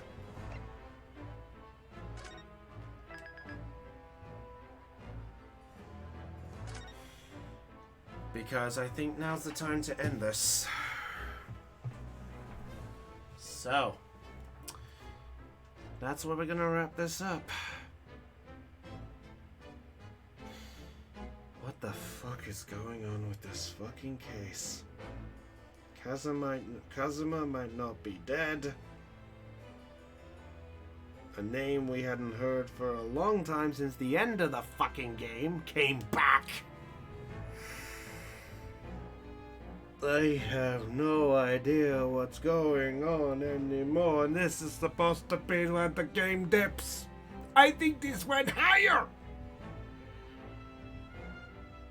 This didn't hold this mountain. Well, we'll see what's on the other side of it. Right. With that said, I've genuinely had enough of this day. No disrespect to the game, I'm enjoying the fucking game. I've just had a lot of shit today. So, thank you for those who let me have a vent, by the way. I appreciate that earlier.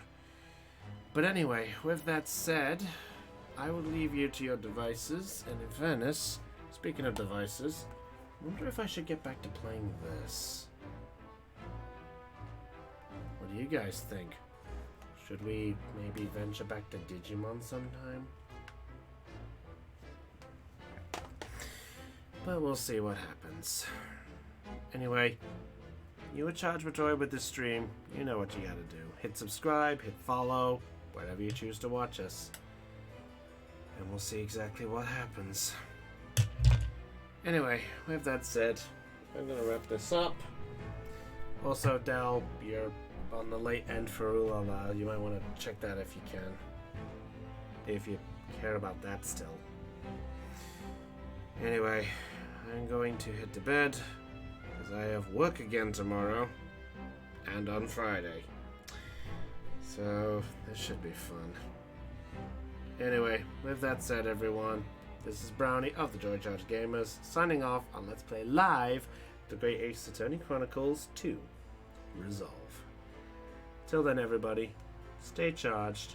Catch you all later. Goodbye.